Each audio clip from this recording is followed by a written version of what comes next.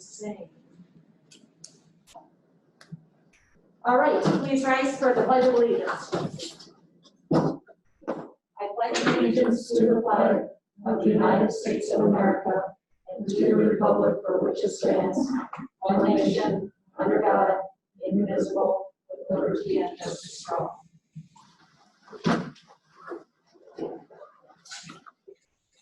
Roll call, please.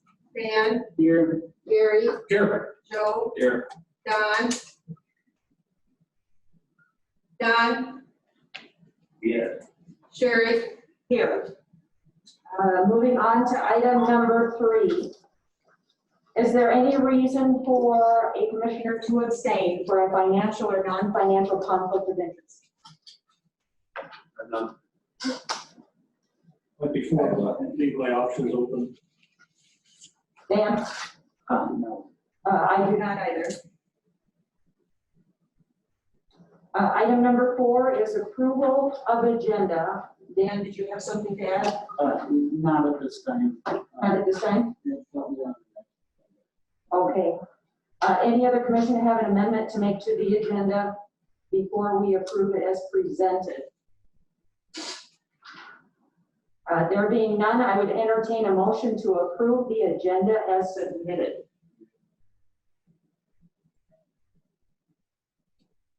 Second. Second. Oh, just a second, Don. There hasn't been a motion yet. I was going to do that in commissioner update. I move approval of the agenda. Second. Okay, so we have a motion and a second to approve the agenda as presented. Further discussion. All in favor say aye. Aye. Aye. Aye. All opposed, nay. Motion carries. Agenda is approved. It is now time for public comment. At this time, are there any public comments?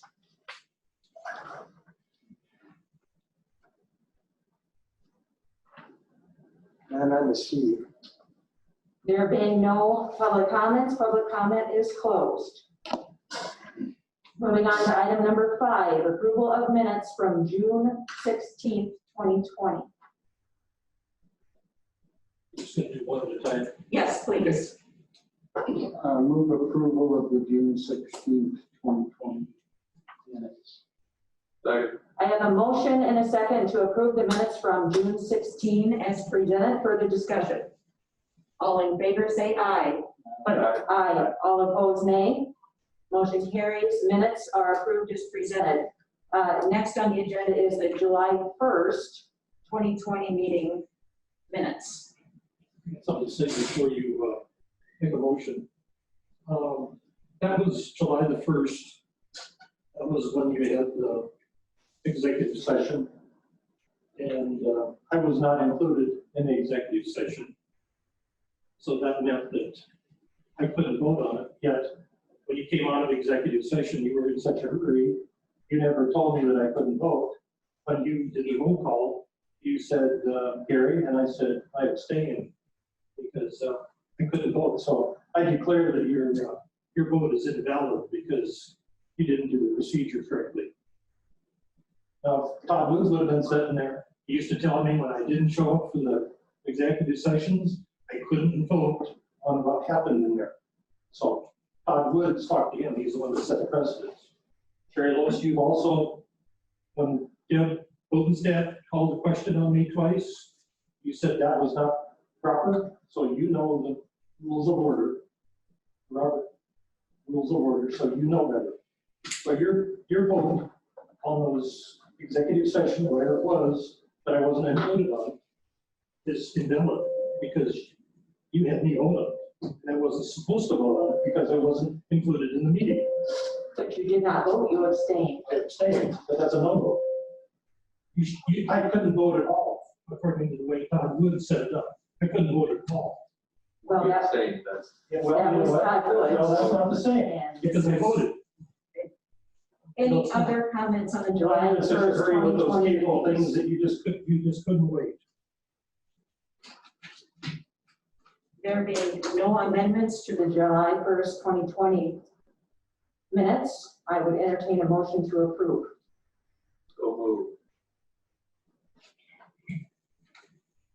Is there a second? Second. I have a motion and a second to approve the July 1st, 2020 minutes. Further discussion? All in favor, say aye. Aye. Aye. All opposed, nay. Nay. It was invalid. Dan, did you vote? I did not. It passed anyway. So you are abstaining. I just didn't, I was reading something and I must have missed it.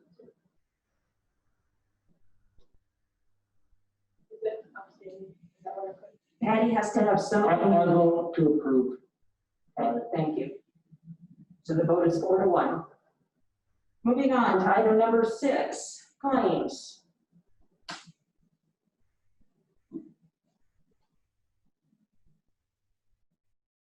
There was one question I had.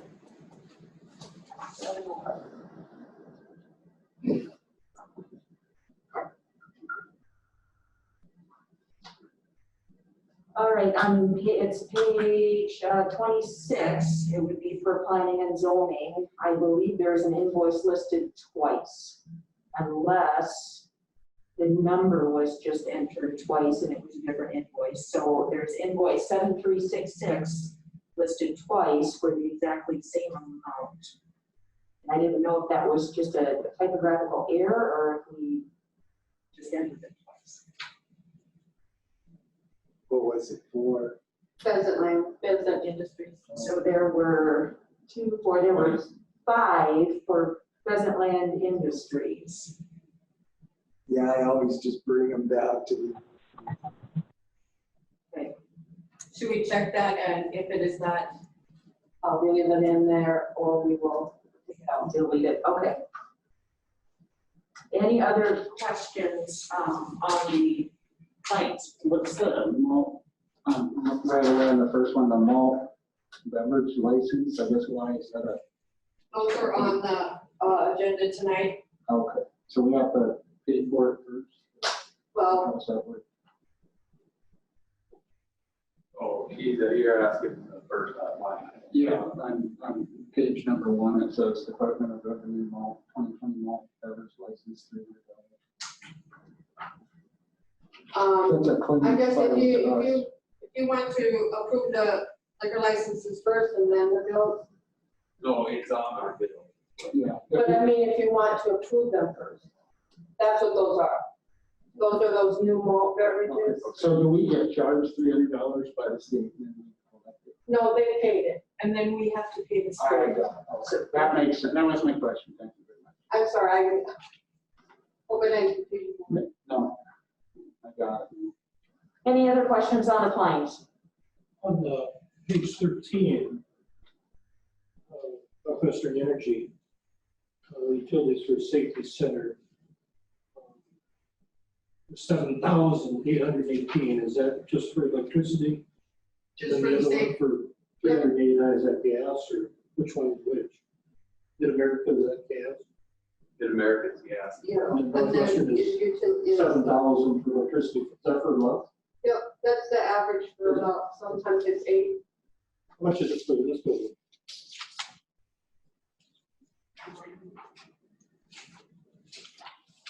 And our budget utilities, 30,000 for 3,000.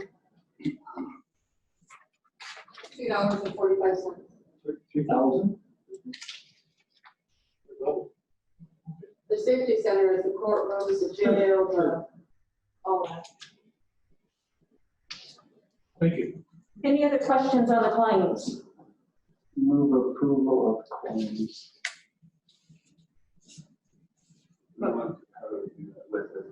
Oh, with the exception of the pheasant land industry, If it is double, make it. if it is double one. Maybe they were 2 different months, but. And before, unless you want me to go get the bill, I guess I'll make a motion to approve contingent on the invoice 7366 not being a double, it's a double one of those needs to be removed. I have a motion and a second to approve the claims based on an investigation to make sure we don't have a duplicate for prison land. Further discussion? All in favor say aye. Aye. Aye. All opposed, nay. Motion carries. Next is the payroll for June. Approval. Second. I have a motion and a second by Clemish to approve the June payroll as presented. Further discussion? All in favor say aye. Aye. All opposed, nay. Motion carries. We now move on to a new retail malt beverage and South Dakota farmed wine for Lewis and Clark Resort.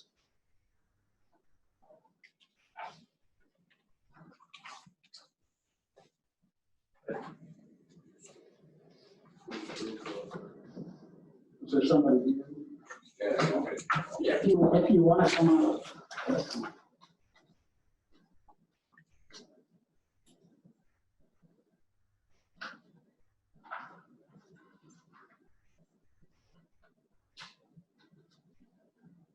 Is this in the marina or is this? At the resort, what's the brand? You are Michael Clay, I presume? Correct. Welcome.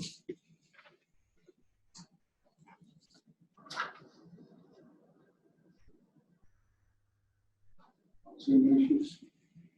Are there any questions for the applicant?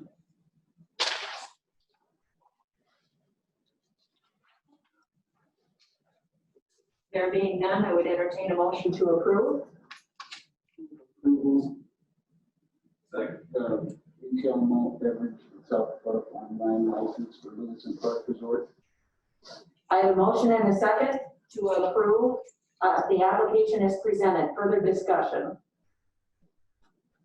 All in favor say aye. Aye. Aye. All opposed, nay. Motion carries. Thank you, sir, for coming down. The next is a new retail malt beverage and South Dakota farm wine and cider for Tiger Tooth Fireworks.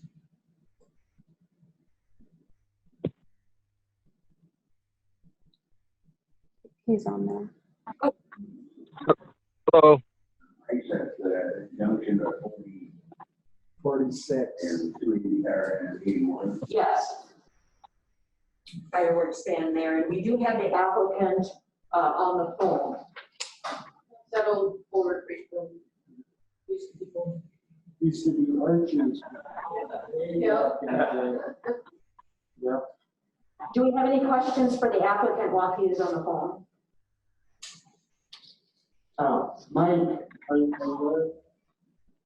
Yeah, can you hear me? Yes, I can. This is Dan. When is this going to be open so I can stop by? I'll be there tomorrow. Okay. When you plan, And is it open to the public now, or is it, you're selling fireworks out of there, correct? Right now? Just fireworks right now. When are you planning on opening, your doors for your, farm and wine and cider license? I've made arrangements with Coca-Cola and Conklin Distributing and a few other people, so I could be operational as soon as this is approved, Okay. if it is.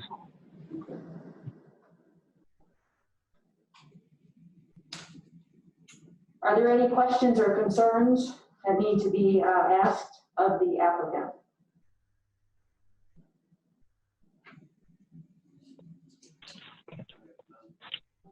Have you been a resident of Yankton County for a long time? Did you hear me? Excuse me? Have you been a resident of Yankton County for a long time? My family has. I was a resident until I was about 18 or 19 years old. And then I've worked all over the United States, and I live in Vermilion. I'm building a house in Vermilion.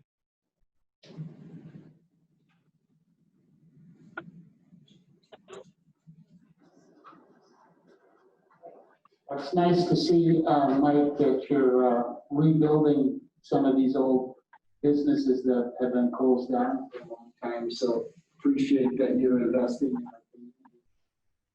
Thank you. It seemed that the fireworks actually this year went really well, and people are pretty happy about the improvements on the property. Okay.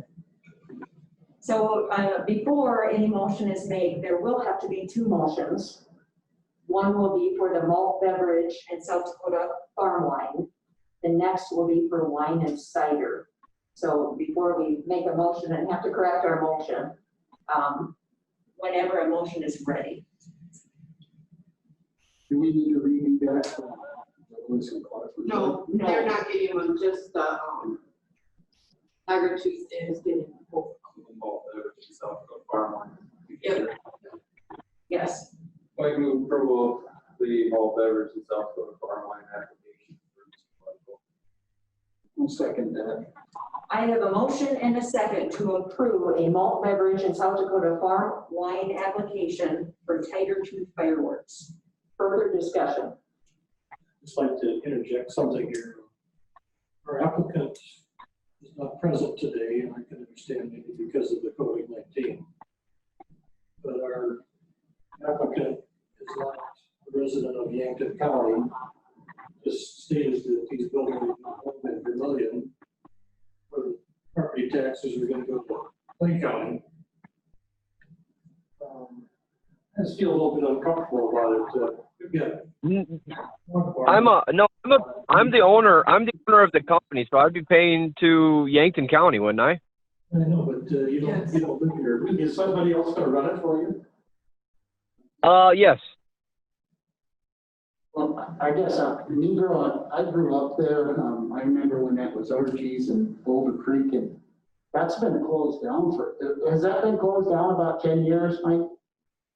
I think about 15 to 20. About 15 to 20 years that, and this person from Vermillion has come in and invested money and reopened the business. Archie lived and paid taxes and drove the Ulos and Clark School bus. So I don't know. I just, like I said, I just feel a little uncomfortable that somebody's going to be like the Hog Barns and live in Sioux City and have a night out here.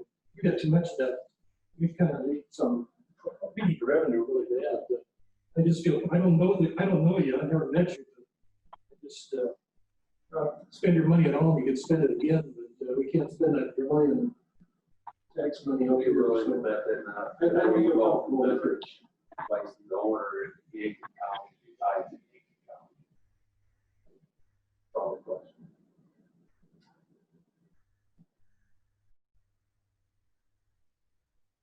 I'm sorry, excuse me?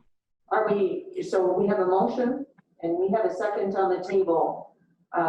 There being no further discussion, all in favor, say aye. Aye. Aye. All opposed, nay. Of course, I'm nay. Motion carries. We now need, Make a motion to approve the wine and cider application for the fireworks.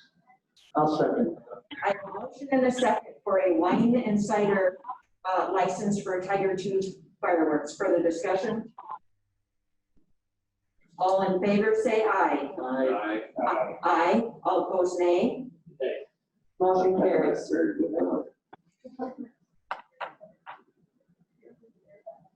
Okay. So the next on the agenda will be right-of-ways and entrance applications. Thank you, Mike.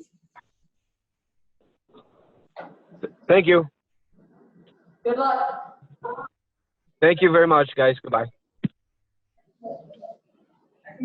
First, we got SDN Communications.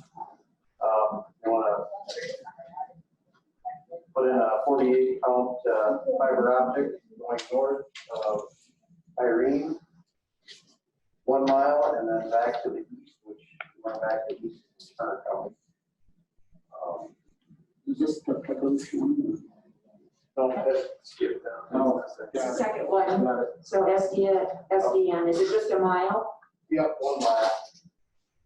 1 mile in Yankton County, And it's in the east side of the ditch? east ditch. And most people would think that should be Turner County, but since we control that length of road, it's us. Right. 3 miles north of Irene and other 3 are under. Right. So that is why. You don't see any issues with this? No, I don't. I guess I'd move approval. Second. I have a motion by Clemish, a second by Healy to approve the right-of-way application for SDN Communications. Further discussion. All in favor say aye. Aye. All opposed, nay.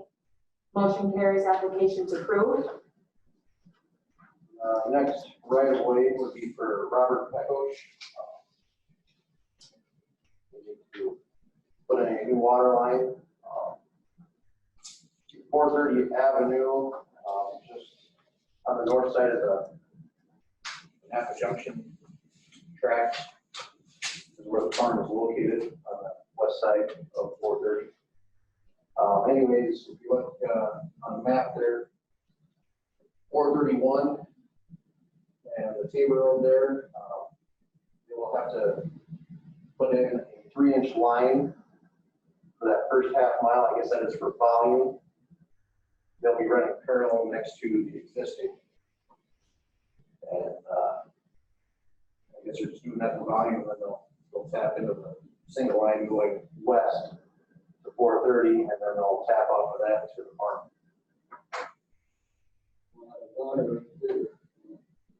I guess they never had rural water. Just for the dairy. No, the dairy is on 428 mile on And they're gonna hold 4 under the road for that. Yes. Like, any hard surface roads that have to. and we, I didn't hear you, Mike. Is that the Pecos that has the dairy cattle barn? Yes, It is. that's not this location. The dairy barn. There's still the family. when you bore that 3-inch hole, have you seen any issues with that? I mean, usually you do smaller lines than that. The 3-inch, hold on. That's pretty good size. I don't believe 3-inch will be going on 6-inch tile. Much bigger. Is that coming from BY Water? Yes. Oh. But I don't believe that 3-inch line will be going under the highway. That's where they're going to the running parallel with.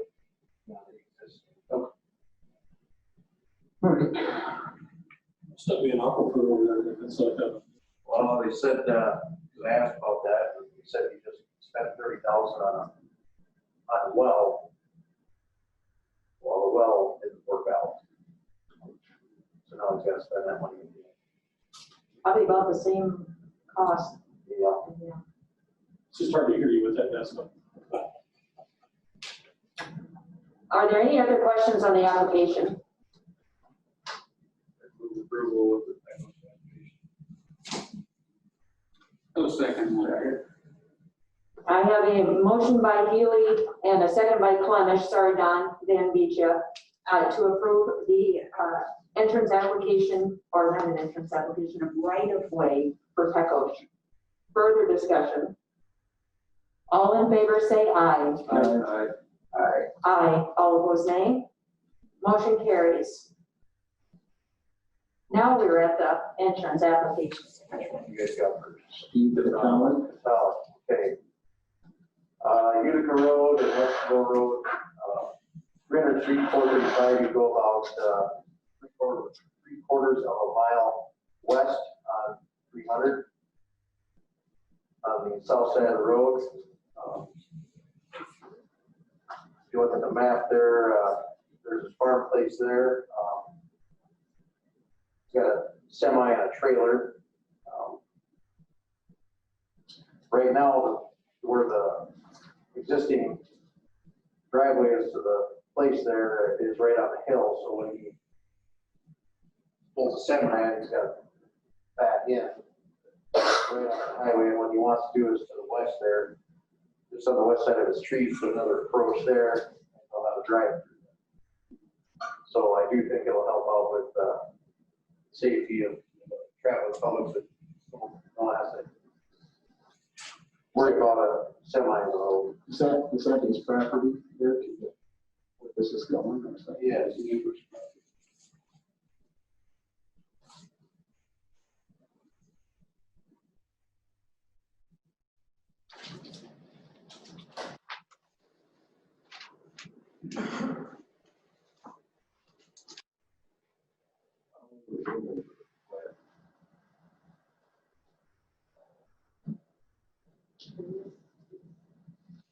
We're just double checking something, Don, to make sure that's his property.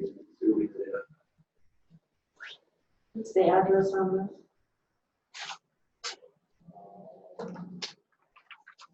43447.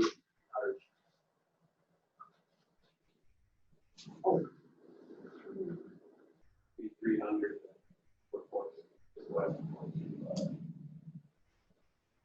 Oh, I didn't know.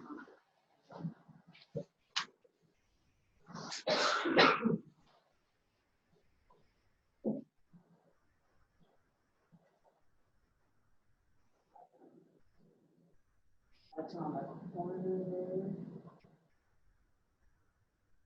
So this section 6. Just want to make sure. It's half the Cowlick's property. That's a relative. Oh, shoot, thank you. That's his brother. I guess I don't, what do we do on that if he wants to enter tap on piece of property he doesn't own? I think, a letter from his brother saying it's okay, I think would be. He claimed that was, because I did ask about that. Fence line that's at an angle there, What I get on Beacon is he owns, right? I see what you're saying now, too, because it's not, where he has it marked is not, and I'm sure it's fine, but, if we approve something that, to me, this hasn't met the standard. I don't know, do you got some advice for us on this, Gary? If it's And not- basically, the owner should have been the applicant if it's on his land. I don't know unless there's some contract for that triangle piece there. I guess I'm sure it's not an issue, but I would feel much better with the landowner having some paperwork saying that this is okay, or, which I'm sure it will be, but It's just a verbal agreement then? there's nothing right now. Nothing. he claimed that doesn't. Yeah, well, part of it is a verbal agreement in court. It's not worth the print paper, it's not. There you go. Well, I hope they work out before it gets put in. I just don't want it to come back on us and say, oh, it's happening. Deb, what would you advise us to do? Would you say deny this or table this or take no action, or what would you say? Mike, I could do that, you guys, the commission could table it, and Mike could just talk to him. Right. If Steve and Pat wanted to do a joint application. Yeah. Right, Well, we're going to make a motion to approve this contingent on written approval from Patrick for the solution to the My only issue is I don't want to get into the business of approving incomplete applications. I know their family and everything, but I think we should probably strive to have these things. Mike, is there any reason, I mean, if you looking, I think what Joe's trying to do is avoid a delay. Is he in the middle of the season? There's no specific timeline. I went out there and met with him. Just looking to get it done. I guess, Paul, you probably know him better than I do. But I guess it doesn't matter either way. Can we just To take do it? it right, I suppose table it. We got a meeting in 2 weeks. I feel better that way personally, and I shouldn't be too much of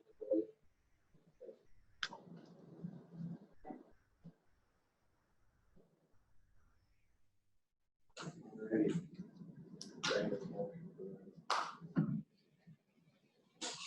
Yeah, probably, to put it on next, the next agenda.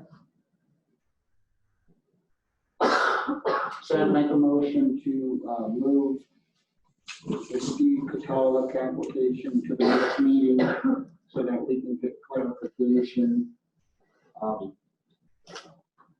or a written letter of permission from the property owner for the application. Do I have a second? I'll second. I have a motion by Clemish, a second by Swenson, to seek clarification on the application before the next meeting. Further discussion? Representing, you know, obviously, but we can represent this application at the next meeting. That's the board's intent, is to have a not reapply. No, there's no reason, I don't think, to reapply. Yeah, that's my thoughts. All in favor, say aye. Aye. Aye. All opposed, nay. Motion carries. We will hear that at the next meeting. And you've got one more? David Klein, out of West 11th. It'd be your first place on the south side of the road as you're heading west from Majestic Bluffs there. Selling a lot just to the east of his home there. I'd like to put an approach in there right at the section line.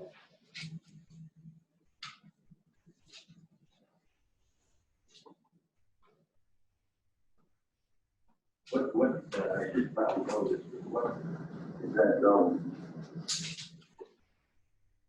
Gary, did you hear that question? Don asked what the zoning is in this area on West 11th, it's just west of Yankton. XR1. Yeah, I'm not sure right off the top.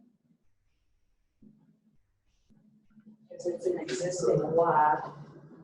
You know, I can find out. Either moderate or low, I think. Area.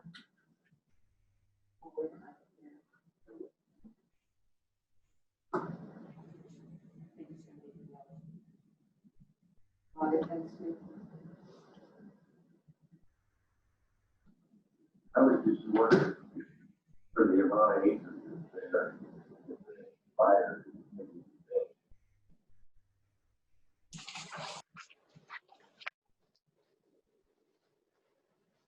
I would assume they are.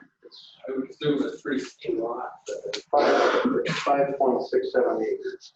And it's, I believe it's moderate density.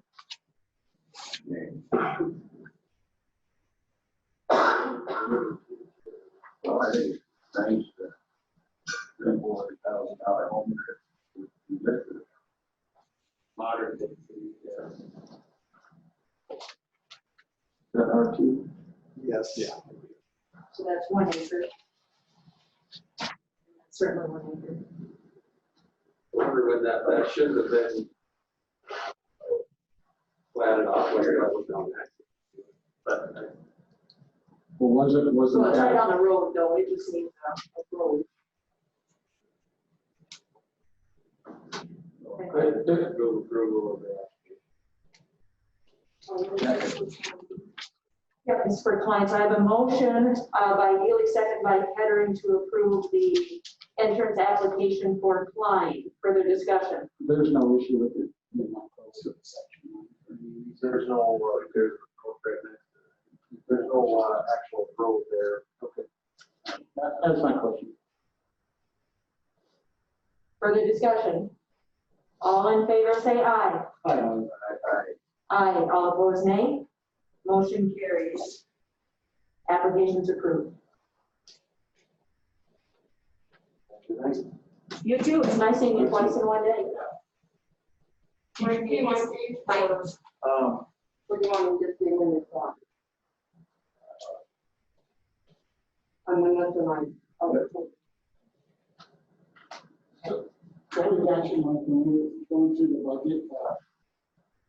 How much have you collected on entrance applications and those fees over the last year? I thought we said it was like around $9,000. No, it wasn't that much. I'd have to look that up for you. Okay. I want to say in 2019, it was only, 2019 we charged. Or 2020. Yeah, 2019 we started, so.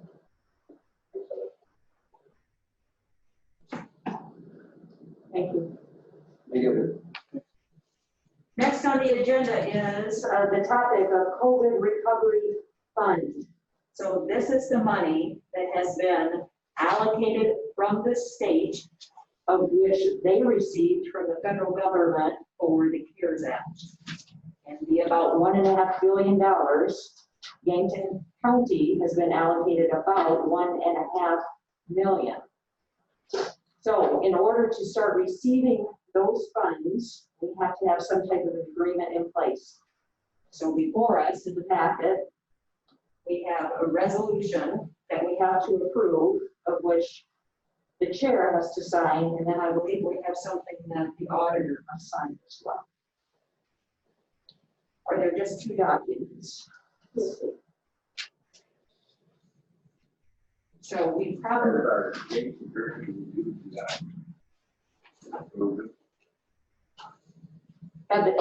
hear Don's question? Has the state's attorney reviewed these and approved them? I have not. I can't speak for Mr. Polish. My understanding was that, John, my understanding was that the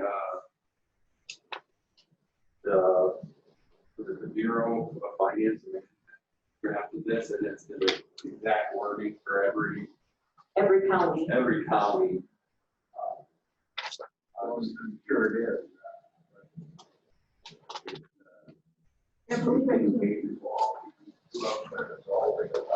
Right. I just would hate to see Sherry get nailed first. And I would be all, if we approved it and wasn't aware of something.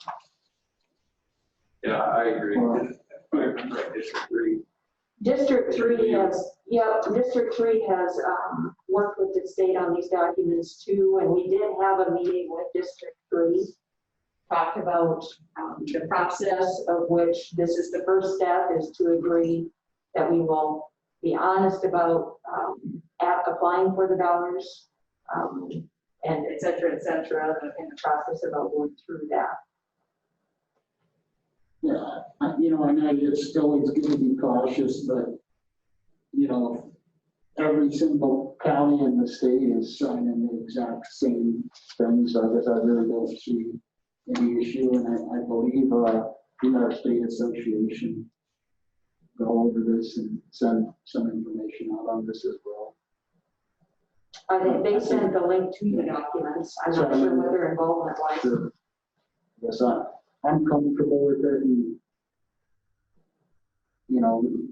we have to have this resolution to start getting refunded dollars back. So. I think the last two documents were actually drafted by them. Because if you look at it, the commissioner, the Bureau of Finance and Management has to sign it as well. So I think the only one that's specific to Yankton County is just that first resolution. Yeah, and if I remember, there was an attorney that disagreed. Yeah, they've been working with that. There's one clause that specifically says we have it. Yeah, I think Danny brought that up. Maybe last week in the meeting before. I think we should be sure they get that ironed out. Yeah. And that's really what we signed. Sure. Yeah, no, that makes sense. Like with everything we do with the a lot of documentation. I call and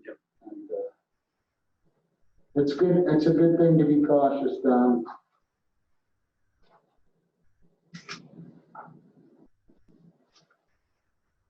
So Patty, would you like one motion or two? One motion, please. One motion that includes both documents? No, I think a resolution separate for the resolution and then for the. Okay, so we will focus on the resolution authorizing the execution of contractual documents with the state of South Dakota for the receipt of CARES Act funds to address the COVID-19 public health crisis. And this will be resolution number 2020-8. And I have a motion by Karen to approve. Second. And I have a second by Healy. Further discussion. So it does outline in this document, we have essentially till December 30th to incur the expenses.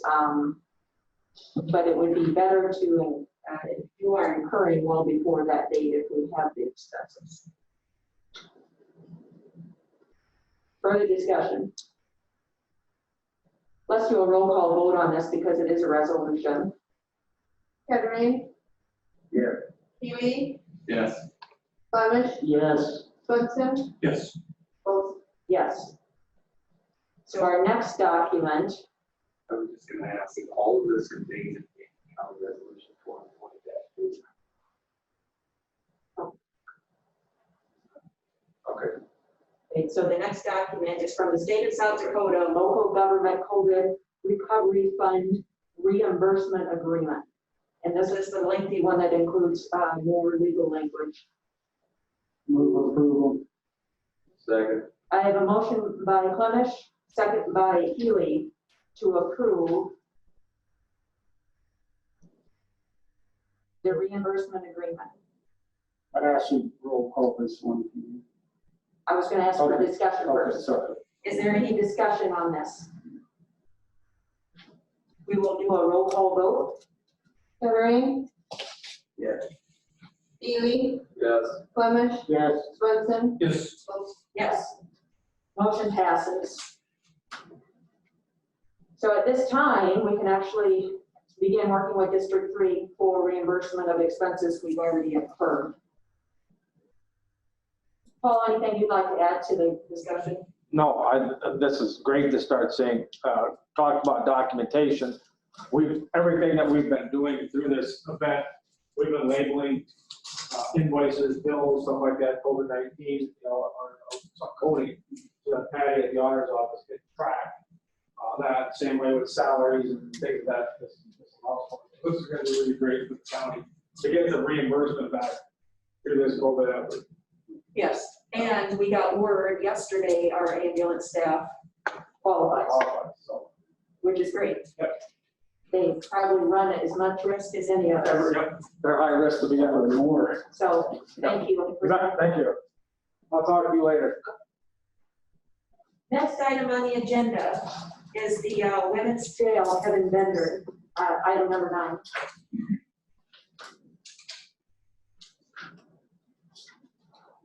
Any documents for this?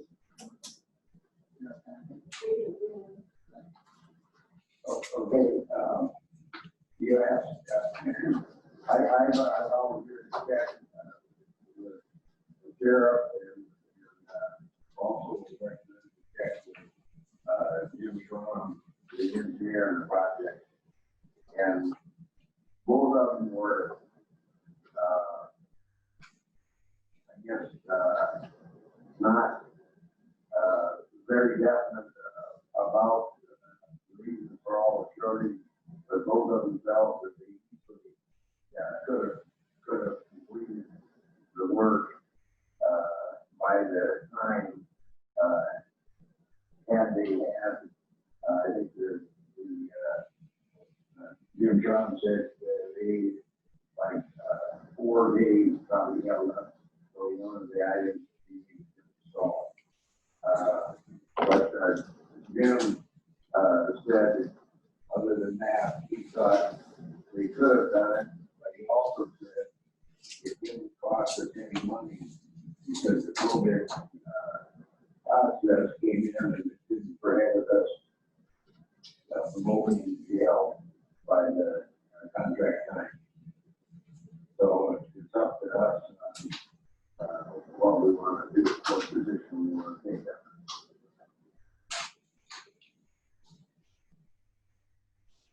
your recommendation, Don? Well, I probably, no, So your original charge was 95. 9, I was remembering the 9. I guess, I'd like to speak. Yes, sir, go ahead. The original completion date was November 29th. I went to the pre-bid meeting, and there's detention equipment here, detention lots take 16 weeks after shotgun approval. So November 29th, never gonna happen. So I brought that up, and addendum number 1, item number 1-C, substantial completion shall be extended due to delay in receiving detention items. I received the detention items on January 8th, which is 40 days after November 29th. Only makes sense to me, extended completion date, 40 days after receipt the equipment. Speak into the mic. No, Just can't quite read. So, maybe. did you understand? Did you? Well, you were talking. Oh, okay. Did you follow all that? I guess. I heard part of it. Okay, so like the first substantial completion date was November 29th. And during the pre-bid process, I brought up that these detention items, mainly the locks, and they take over 16 weeks to get. There's one supplier, they're just pretty much stopped. So I received them on January 8th, which was 40 days from November 29th. So it only makes reason to me that you extend something substantial completion, but 40 days approved February 17th, and I was substantially complete on February 10th.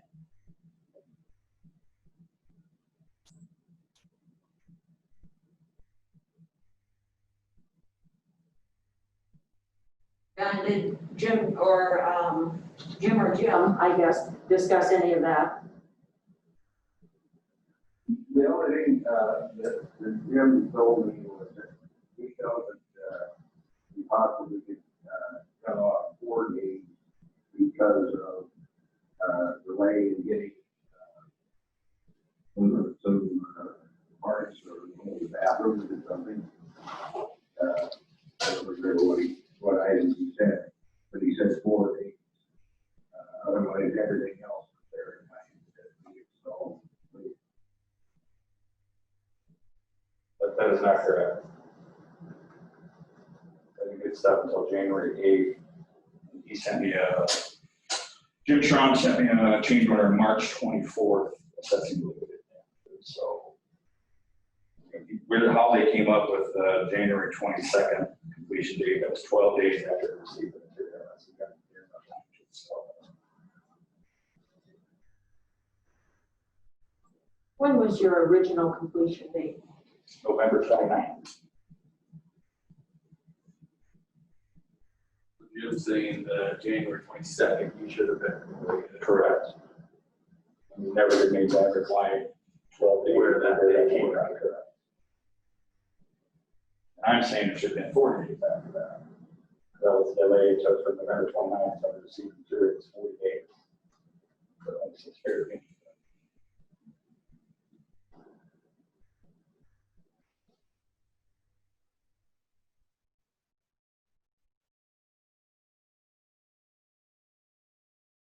Kevin, are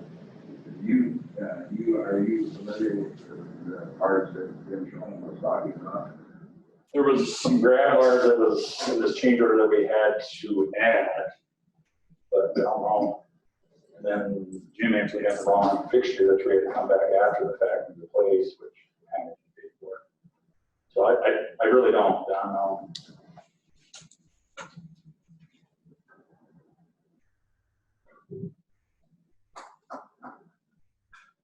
And the sheriff indicated very clearly that the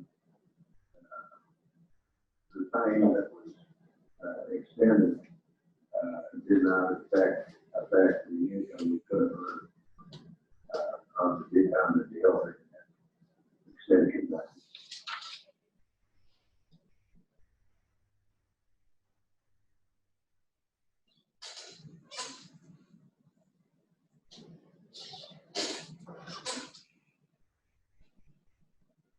So the time between January 8th when you received it to January 22nd when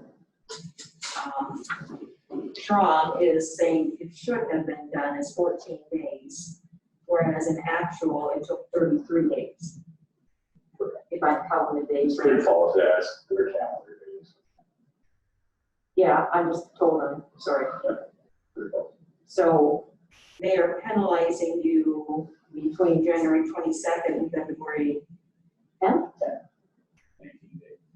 So it's 19 days at how much a day? 500.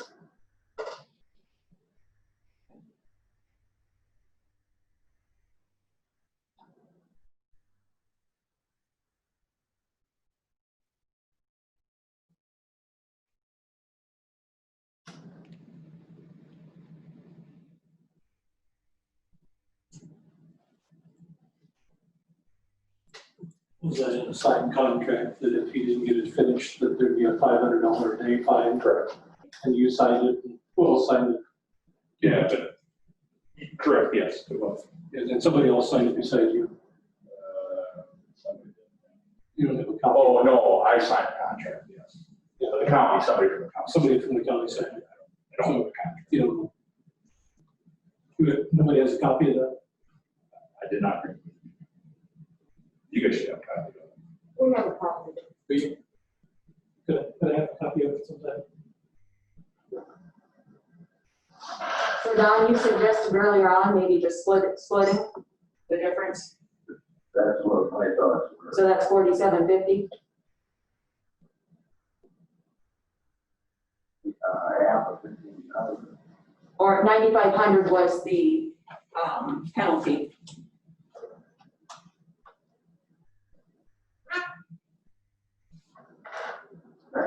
Yeah, 47. Any other thoughts? I think, material received January 8th. Like, imagine they moved on to other jobs, did different things, or did something, or did. You can move on to other jobs, but it's, you know, you got other subcontractors, suppliers. But that's what they do on a daily basis. Have you done work in the past for the county? Yeah.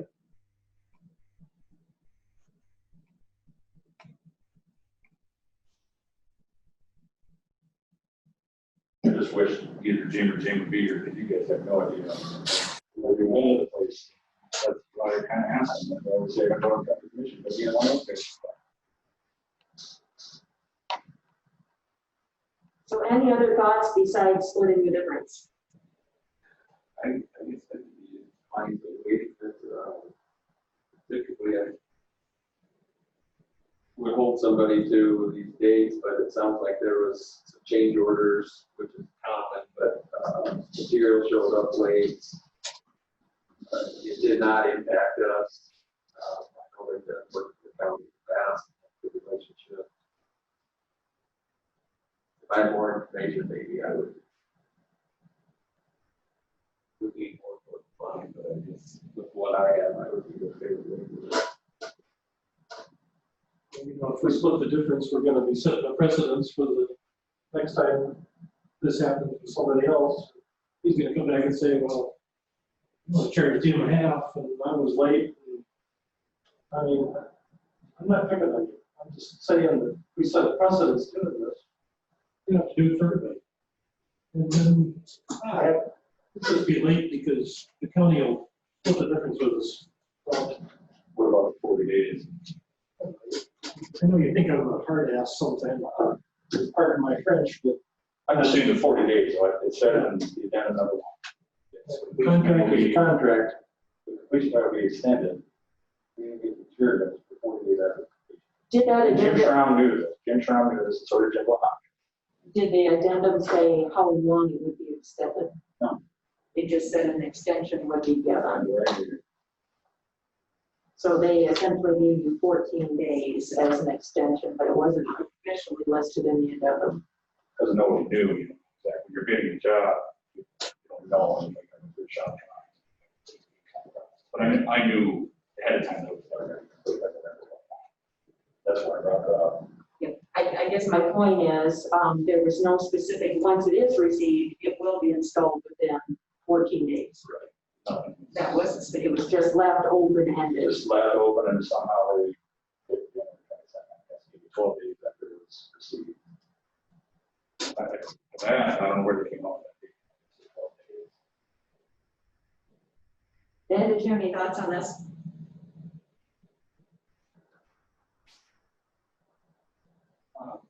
Just listening, trying to learn about it. I don't know much about it. Don't hear what's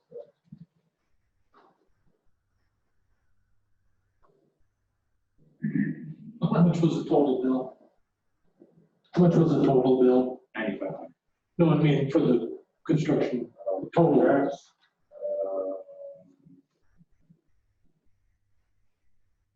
Last one is 717,745. So there were 1,707,000. Excuse me, $727,096, 727 over 96. $727,000. Gonna get penalized 9,500. Say 10,000. So far, we have an opinion, all the way to the extreme of keep it 9,500. I have one who say 4,750 and one who say 0. So somewhere in here, go ahead, Don. Actually, I have to go back to Jim, Sheriff Jim. He was very, very neutral. He said, yeah, they probably did it. And I think Joe makes a good point. I can support 0.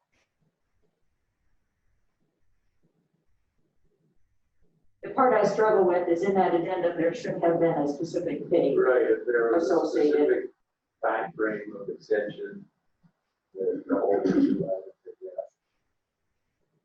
With it being fairly loose and us not being impacted, that's. It's hard for us to know that though when we don't have the documents. You got it then. Yeah. Would you like to read the addendum?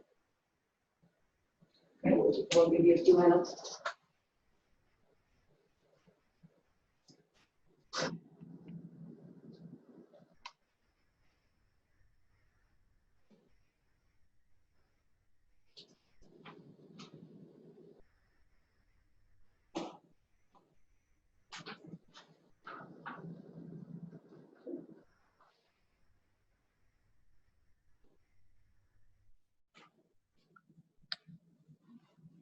Did you submit the written request?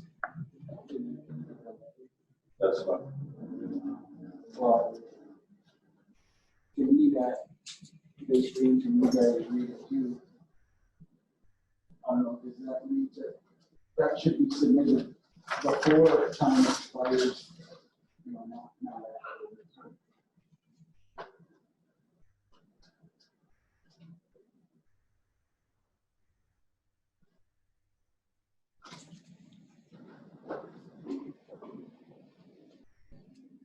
Director will be required to submit the request document.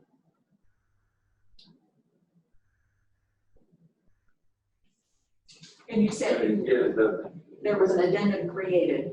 That's it right there. Yes.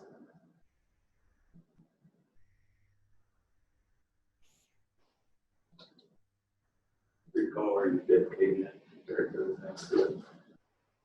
No.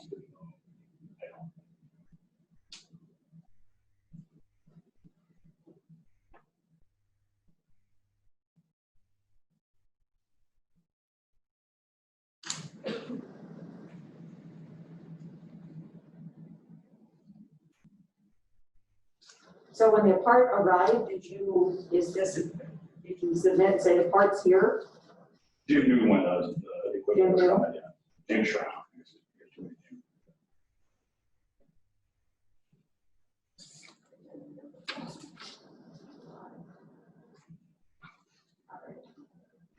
So at this time, or does anyone want to make a motion?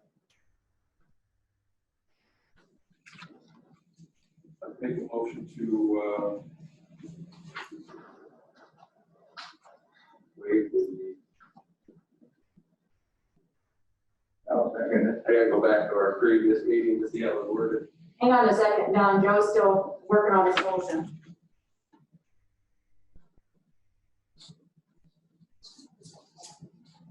Take care of some of that project.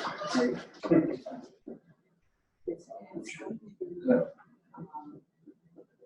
Have you got it?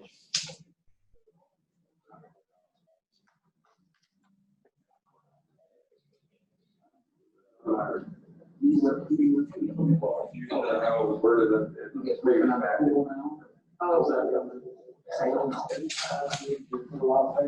Yes.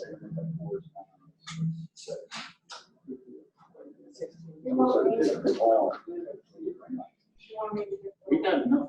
Liquidated damages. That's the only document. Yeah.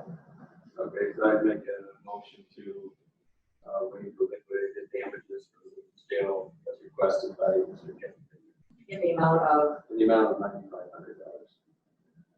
So Don, Joe has made a motion to, okay. So there's a motion on the table to essentially waive the $9,500 liquidated damages fee. And a second. Further discussion. So if you had to pay that $9,500, which is rounded off to 10, your total profit is about $717,000.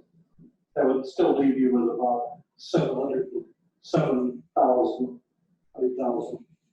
about $750,000 profit, correct? That's the total contract. Yeah, no, the total contract. I wish I made that much money. Yeah, everybody. Only that might be in your business. Yeah, I would too. No, that's not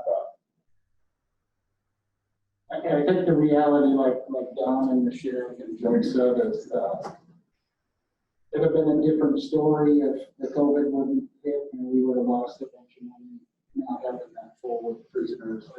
I think since that, two floods last year, go ahead and set a precedence. Go ahead and set a precedence. And every contractor that's gonna work for the county is gonna say, heck, we could be late because they gave back the $9,500.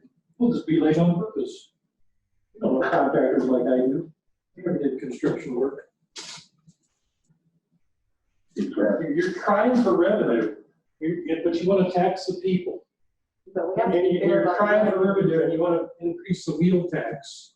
And you want to give the employees a 2.5%, 3% raise. So But we're then not you talking come to about. pick up some revenue by mistake, which was in a contract. No, just let it go. So at this time, we have a motion on the table to waive the liquidated damages charged against Mr. Bender. Further discussion.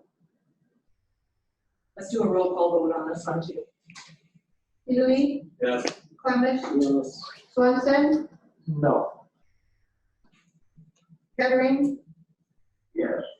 Los, Yes. Motion passes. Thank you for your time.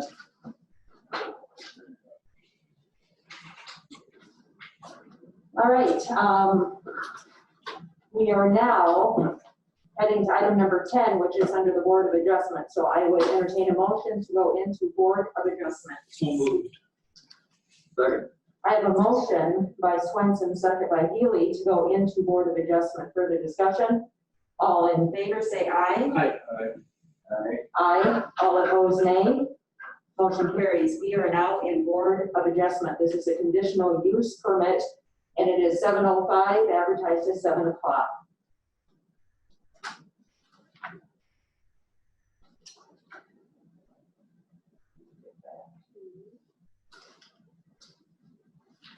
So before we begin the conditional use discussion for Kevin, Teach Row, is that Tank Row?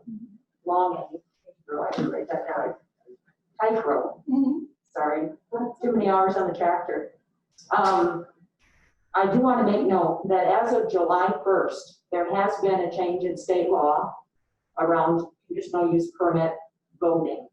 Our current ordinance reads that it has to be a 2/3 majority, essentially 4 votes of the county commission in order to approve a conditional use permit. State law has been changed to majority of the board. So that means 3 votes are required to pass a conditional use permit at this time, even though our ordinance has not been updated with state law. The variance that we will hear after this is still a 4-vote requirement. That part of state law did not change. So just want to be clear before we go into discussions on both of these. So would the applicant care to come forward and discuss the application, please?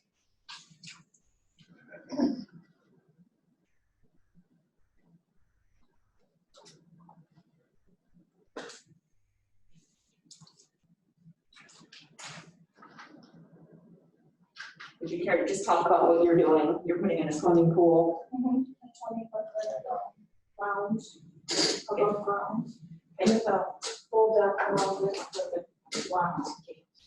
Okay. All right.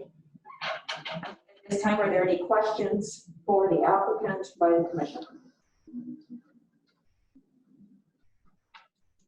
Okay. I'll have you sit down and we're going to open up public comment at this time. Okay. Thank you. Would anyone care to make a public comment on the application for installing a swimming pool? Okay, and there being none, I will close public comment for this conditional use and bring it back to the board. So the application is before us. Get down here to and walk through what was discussed at the Planning Commission. Notice of public hearing was issued on those 2 dates. There was a public hearing on June 9th, and it was approved at the Planning Commission 6-0. So the items the commission is supposed to consider are in the table. Were there any specific discussion at the Planning Commission level that we should regurgitate here? We did discuss, I believe there was one person who had called and requested or had concerns with water usage and noise. That individual it has a joint property, does not have a house on it. Neighbors to the north are they're really the only neighbors. Wasn't there a concern about there not being a fence, but it's going to be locked? I think that was the plan, so I don't think any of the neighbors do that, but it's only asset. They're gonna have it's above ground with a deck.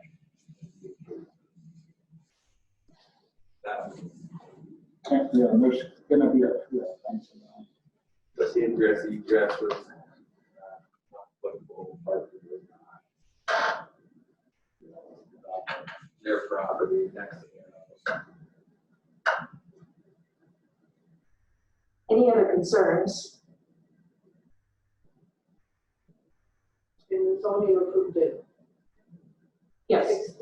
6-0. Yep. I just wanted to clarify, 24 or 24-foot round. 24 round. Yep.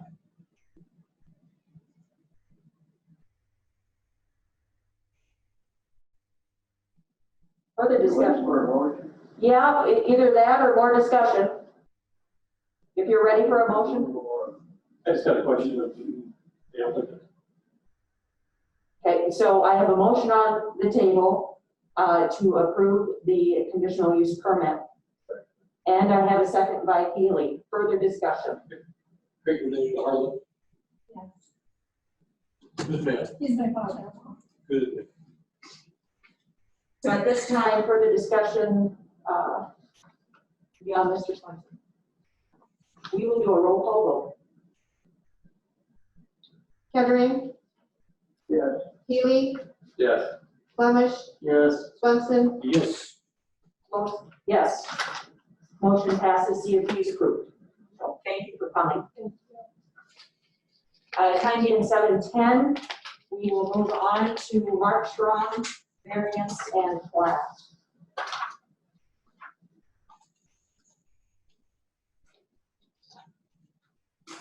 Mr. Strong, come on up.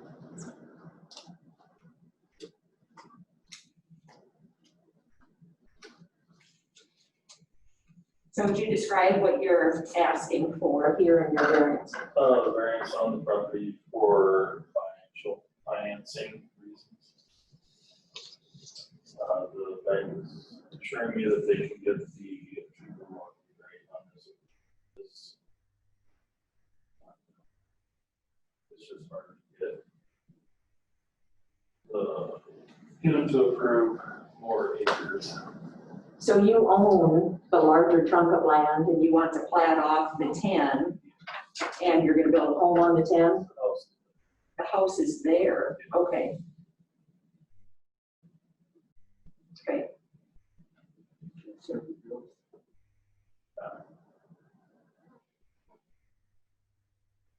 Any other questions for the applicant from the commission?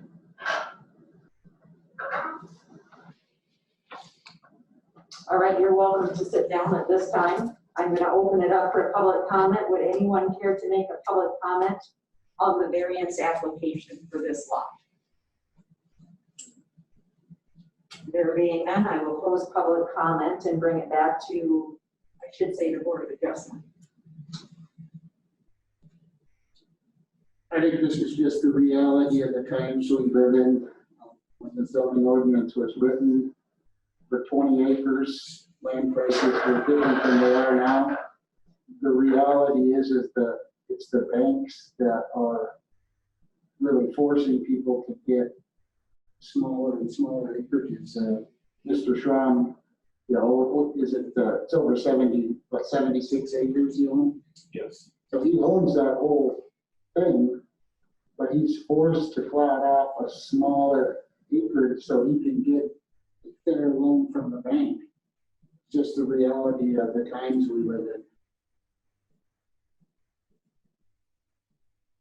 And it's, you know, just yet another example of the 20-acre rule is not working anymore.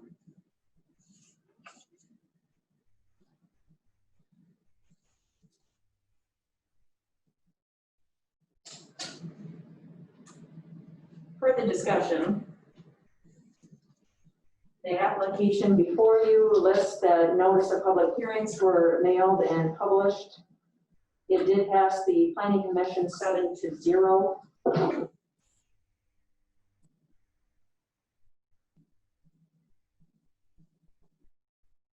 Do we need to further discuss were there concerns raised at the Planning Commission level? No one spoke against it.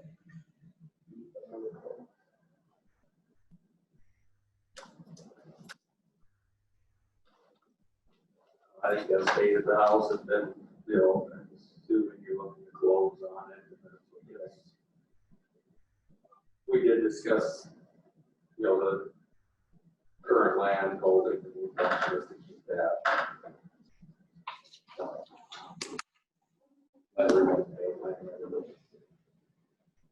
Is this property where Harry, whatever?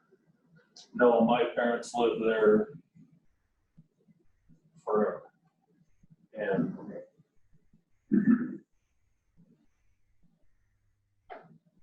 Further discussion or comments?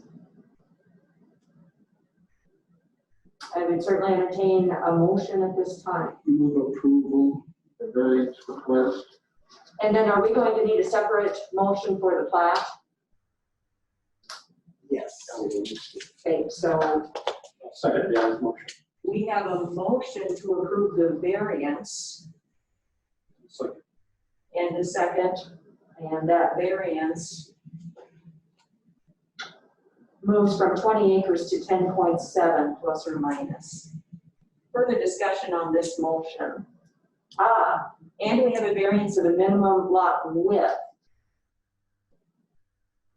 Do we need 3 motions then? You can do the variance together. Yeah, we generally, when it's a lot width and lot size, a lot of times it's a lot width and a lot size, because the smaller the lot is, the less likely it is to be the lot width. Okay, so your motion is to approve the variances. Yeah, I can restate it. I just want to be very clear what your motion is. I can restate my motion. I guess I move approval of the variances for Mr. March. Second. Okay, I have a motion and a second, after it was restated, and this is for both a minimum lot requirement and a minimum lot width. Yeah. Further discussion? Roll call vote. Clemish, Yes. Swenson, Yes. Kettering, Yeah. Ely, Yes. Los. Yes. So at this time, we need to entertain a motion for the plat. And I think that's toward the very end of your packet. Yes. Move approval. Second. I have a motion and a second to approve the plat presented for Mr. Schramm. Further discussion? Roll call vote. Clemish, Yes. Swenson, Yes. Ely, Yes. Kettering, Yeah. Los. Yes, plat is approved. So that takes care of our Board of Adjustment concerns. Entertain a motion to go back into regular session. So moved. Second. I have a motion and a second to go back into regular session for the discussion. All in favor, say aye. Aye. Aye. All opposed, nay. Motion carries. We are now back in regular session. The next item on the agenda concerns the Drainage Board. I would entertain a motion to go into Drainage Board. So moved. Do we go into drainage board to appoint drainage commissioners? Wouldn't we do that as the county commissioner? Yeah. That was the way they did it the last time, so they put it on the agenda that way that this time too. Okay. I don't have my drainage ordinance here, whether, if it specifically states in there, if the county commission appoints them or the drainage board does. Mr. Gunderson, you helped write it? Do you know? Probably online. So I mean, one thing It's not, authority, no, I left my drainage. one thing authority that the drainage board last time. Well, no, I need to, I suppose we can do it just to be safe, and then we can find out. Gary, do you have it on you? I do now. Don's having a party over there. All right, yeah, if anybody can just pull it up real quick. We're not too far behind the schedule. 10 minutes.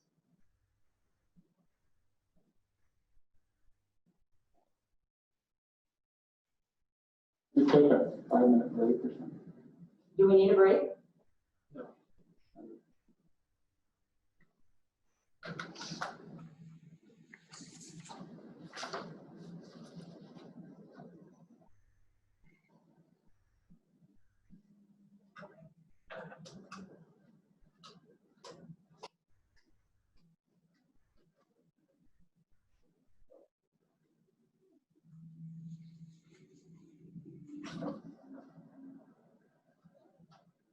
It's not on the website? Okay.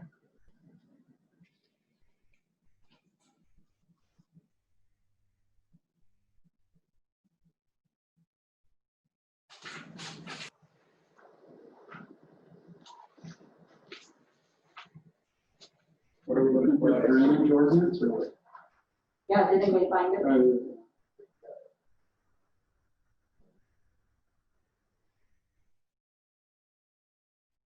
I don't know what am I looking for. Appointing The the, Yankton County Commission shall appoint 9 members to the Yankton County Commission. okay, so the Yankton County Commission. Okay. If that's what it says, that's where we need to be. So we do not officially need to go into drainage board. And we are right now in regular session, so let's move on to item number 12, appointing drainage commission members. So Patty gave everyone a vote sheet, if you will. There are 3 positions open. Oh, okay. There are 3 positions open, so Paul Doomer, Daniel Grant, John Gunderson, Craig Hansen, Jim Coolish, and Dylan Taffy are the applicants. So each of us are allowed to vote for 3. So I created a ballot form this time. Appreciate that. For you.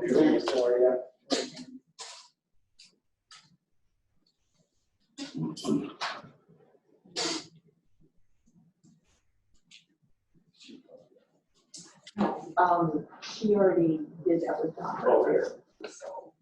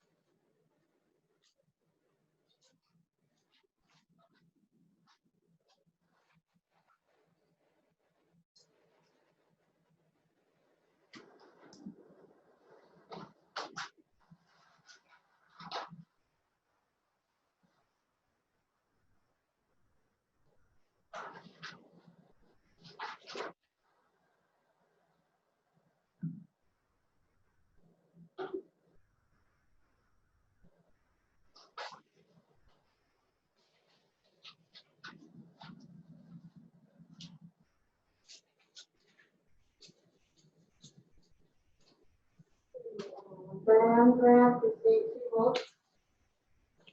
John Gunderson received 2 votes. Paul Dummer received 2 votes. Craig Hansen received 3 votes.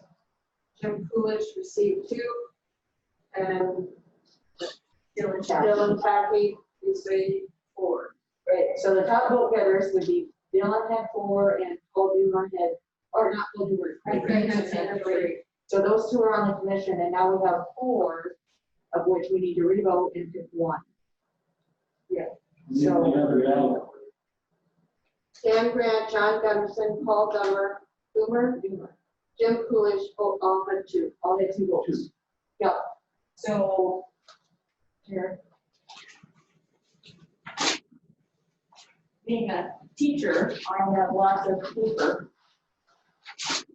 So, go ahead and read them off. You'll be voting for through Dan Grant, John Gunderson, Paul Doomer, or Jim Coolish.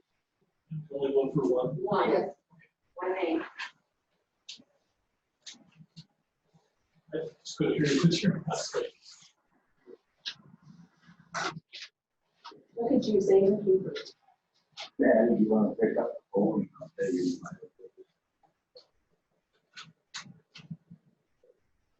Okay. Okay. All right. Yep, I'll put it back on.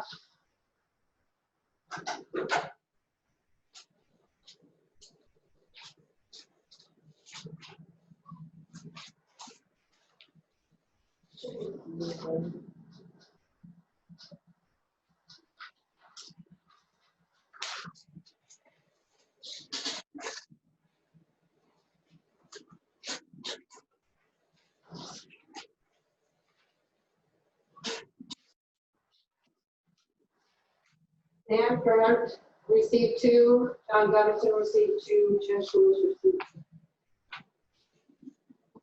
One more time. How is that possible? 4, that's 6 votes. That can't. 1, 2, 3, 4, 5. Oh, I thought you said 2, so Jim Coolish had 1. Jim Coolish had 1, John Gunderson had 2, and Dan Grant had 2. I heard 2 for all of them. So now. John Gunderson and Dan Yeah, we can notice. Okay, you guys were smart. I knew that was Yours gonna are happen. hard. I was not smart I had a few. and do that. So you're gonna have to ask Don one more time. I'll give you. Yeah. It's an official ballot. Well, no, we have to keep it on. Oh, yeah, keep. That's yours. These two.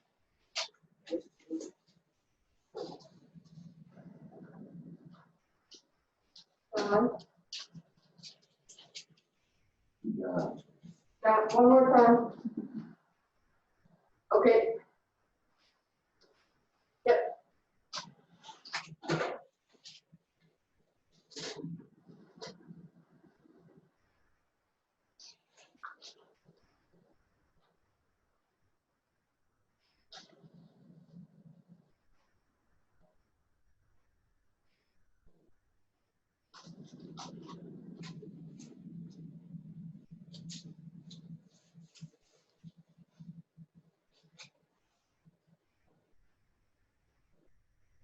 Dan received 3, John received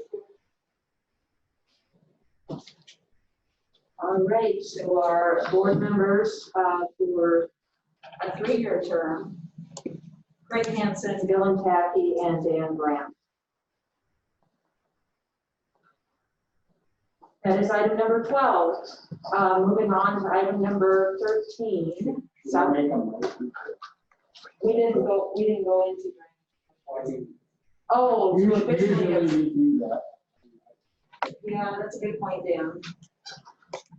Gary, you feel we need an official motion? That would be good. Yeah, okay, yeah, you want to go ahead and do that, Dan? All right, I guess I move to appoint Dan Grant, Craig Hansen, and Dylan Taffy. Okay, so I have a motion. So I have a motion by Dan, second by Gary, to appoint those 3 gentlemen to our drainage commission. Further discussion. All in favor say aye. Aye. Aye, all opposed nay. Motion carries.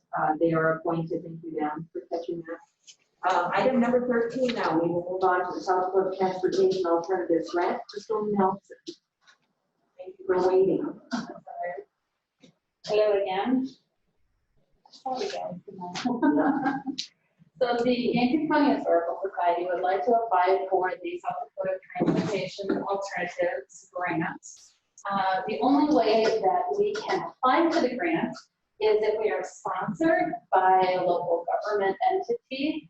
And so I'm coming to you guys to ask for your support. I'll try to do my best to explain. So the way the grant works is that we need to do a letter of intention to apply. Then they will review our application, our letter of intent, and then they will come do a site visit. They'll make sure that we actually do qualify for the grants, and then they'll go back and they'll decide when we do qualify, they'll invite us to apply. So the actual application isn't until October, I believe. So for this stage, just as far as us applying and our letter of intent, as far as our letter of intent, we need your support, and we need a commissioner to sign our letter of intent. Then if they invite us to apply, then we would need an official resolution. So I don't know if you can do that all in one shot or not, but you would need an actual resolution. You would have to do that, right? You have to announce it. That's what I figured. So it's a couple steps. So the resolution is not required for the letter of intent. However, when we do apply, there does need to be an official resolution from you saying that we can apply under those sponsors. So us alone, we're not allowed to apply, but if you guys sponsor us. Okay. So the grant, it is usually for like roads and accessibility and things like that. However, there is one of the guidelines does allow us to apply for historic preservation projects that relate to transportation related historic structures. So we have our Great Northern Railroad Depot, our Burlington Northern Caboose, and our Milwaukee Car House that all need to get moved for a new location.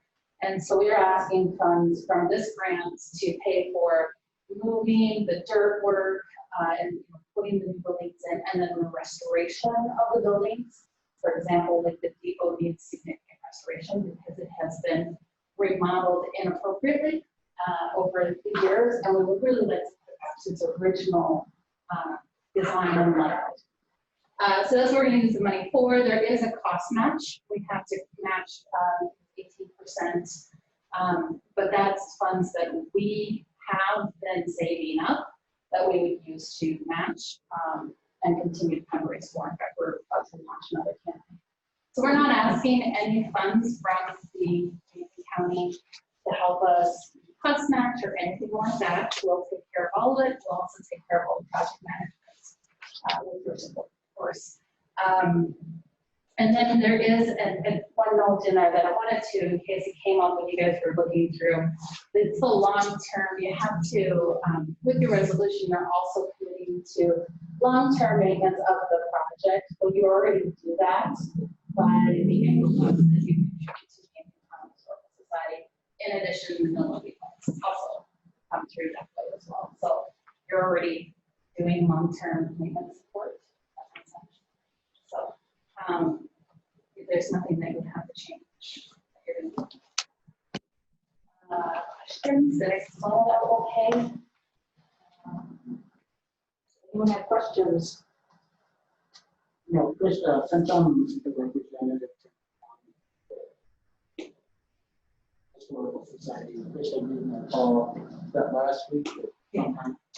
And we discussed this. I spoke with Mike Sabat to see if there would be conflict if he's applied for these grants.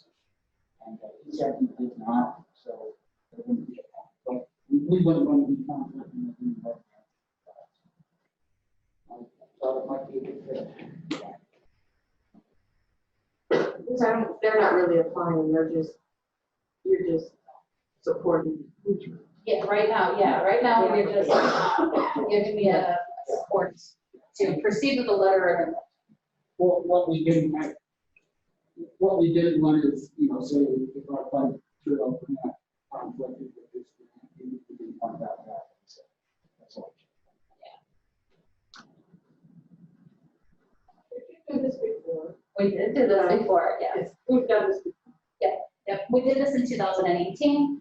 I did the letter of intent. We were invited to apply, but we were getting ready to open the facility, and I just simply did not have the resources because it's a pretty lengthy application process and a lot of documentation that goes with it.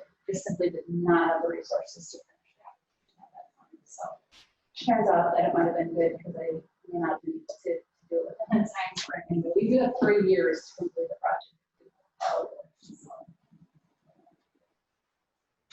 All right, if there's no further discussion, I would entertain a motion to approve signing a letter of intent in support of the project. That's essentially what we're doing. So I have a motion by Swenson, second by Healy, to sign a letter of intent in support of a supportive transportation alternatives grant. Further discussion. Would you guys grant me the authority to do that since I'm the director, or do you want to come back forward? How do we want to do that? To sign the letter of intent, does that have to be the chair? I mean, because if whatever happened, I mean, that's just the intent, and if we get accepted, that comes back. I think the resolution is chair. Yeah, but this is just, the first step. It doesn't really matter to me. The way the grant reads, it's just whomever you appoint to do that letter of intent. So that's what they put in their application. So further discussion, the motion has been made to approve a letter of intent signature. All in favor say aye. Aye. Aye. Did you vote? Okay, I didn't hear you, sorry. All opposed, nay. Motion carries. We give approval for the letter of intent at this time, and Dan can sign. Hopefully I'll be back soon for a resolution too. Thank you very much. Thank you. Oh, so at this time, we are to the ditch board. I entertain a motion to go into ditch board. Second. Motion by Swenson, second by Healy, to go into ditch board. Further discussion. All in favor, say aye. Aye. All opposed, nay. Motion carries. We are now in ditch board. Item number 14 is a bid for ball and lateral ditch project.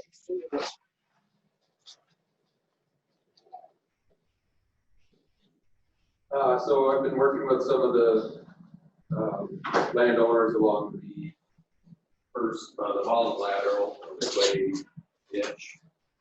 And looking to get some beaver dams removed, tree removal along the south side of the Holland lateral. It appears there's enough funding to do the south side from 448 east, roughly 2 miles. At which time that fund would be pretty close to being exhausted. The intention would be once it's that lateral's refunded, we would move to the north side. But met with some of the landowners along there and give permission to access it, give permission to pile trees for a period of time that would burn and bury. But it seemed like people, I haven't heard anybody from that.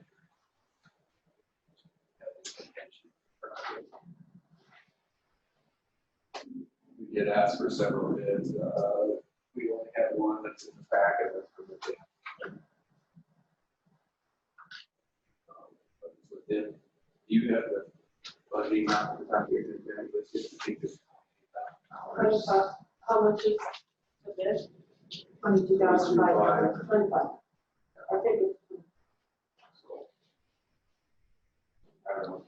John, you want to say anything on it, or? I just think that something needs to be done there. It isn't a perfect plan. It's just something needs to be done. It's a start. It's going to be an ongoing project. So at least it gets rid of some of the ammo for beavers, plugging it up. So the north and south side need to be addressed. There's funding enough for the south side if there's access there. This levy was set to 100% in 2018. Voted on 2018 for 2019. And that was for a 5-year period. So after the first year and a half, it got funded.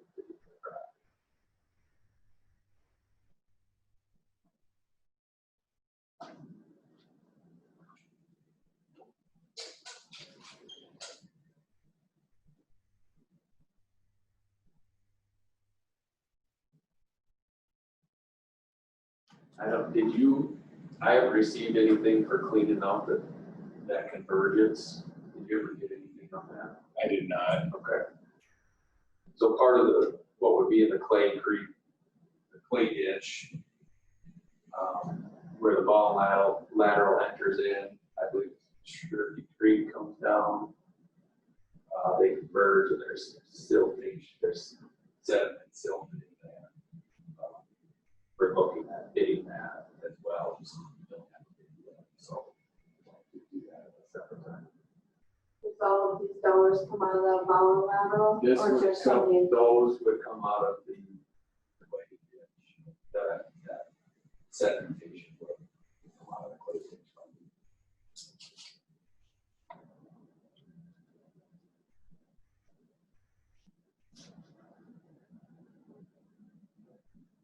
So we need a motion to approve this expenditure. I guess, how many bids did we try to get? I know it's tough getting bids for this type of work, but is this the only bid that we got in? Yeah, we went out to at least three companies. I know it's tough to do that. My concern with this bid is, it says, we'll remove what we can reach. Well, what does that mean? And I'm concerned with that because I've worked with a lot of these during my time on the James River Water Development District, and I know that you have to have a clear test, condition, and standard for these. And additionally, I know we want to get going and I know we want to clean this out. But I think it's important that we also do this right for the landowners. And I don't know if pulling these trees out and stacking them up next to it, I know it'll be more expensive, but have we thought about pulling them out and disposing them right away? Because I know what happens is they sit there for 2-3 years until we get a big rain and then they all wash back in. It always happens. We have the best of intentions that we're gonna burn it this fall, and then this fall turns into next year, and then they get washed back in. And us as the county, taking the lead on this, we need to make sure we do it right. We need to make sure that, we take care of these landowners, and I don't even know that, this is all gonna be in the floodplain. I don't even know if I'll be allowed to pull those trees out and just leave them in the floodplain. I thought they had to be removed. I don't know if that'd be removed. I know, the concern was with them washing back in, and how it, along this entire place, though, it's a 10-foot tall levee. 10-foot tall levee. Okay. Where the ditch was dug out originally, everything just got piled on the side. So I don't have that concern. I did get some clarification on the bid because there wasn't a lot of information. Just confirmed that, yeah, the trees would be removed on the south side pile. And that is reaches 25 feet. And then we met with the contractor and the adjoining landowners to I wanted to make sure nobody had concerns, because we as a ditch board really have no vested interest. We're just kind of a conduit for this. So I kind of took the stance that if it's their money, if that's what they would like to do, I would think that we should accept it. So when we do these tree piles, we just settled our last tree pile issue with the James River from the 1990s, where they had tree pile issues with landowners. So I think we probably need to have some type of an agreement where if these trees are pulled out, that either the county takes care of it or it's the landowner's responsibility, and that needs to be very clear. Because, look at the weather we've had the last couple of years with all this rain. I think it could be a recipe for disaster of flooding, pushing more of that stuff in there. It's easy to forget and easy to not have time to dispose of those trees properly. And I just think that needs to be a part of the plan. Whether we add some of the bill in, hauling them away to another site. I don't know what the solution is, but maybe we need to look into that to just make this project, make it flow even better. You said when you went out there, you said we went out there. Who went out there with you? I went out there, I met with Tom Reese and John Freeberg, Ray out. Some of the Schmitz, Dan Weedman, who's the contractor. Did you take anybody friend with you? Places? I talked with them about it. Did you take him with you? No. He's forgotten all the snow. Right, buddy? So historically, these piles of trees, people just burn them. I mean, is this something where you're not gonna burn them the first year because they're green? So is this the next year they have to be burned in place or something like that? The agreement was just made that there would be several piles placed. The adjoining landowners have pivots that swing, so you're going to keep it free from that. And I don't remember, we talked about whose responsibility was burning. I think he was going to do it when he comes. We were going to do it when we came back in a year. Right. When we had funding again to do the north and we bring the trees to the south and get rid of them. And then bury it. Well, and nobody's going to pull those trees away. Just the cost is, you're going to triple the cost. Yeah. And there again, I don't pay into it, it's not my money. If the landowners are okay with the tree pile there, Are we allowed to I was okay with that. leave tree piles in the floodplain? Is that something?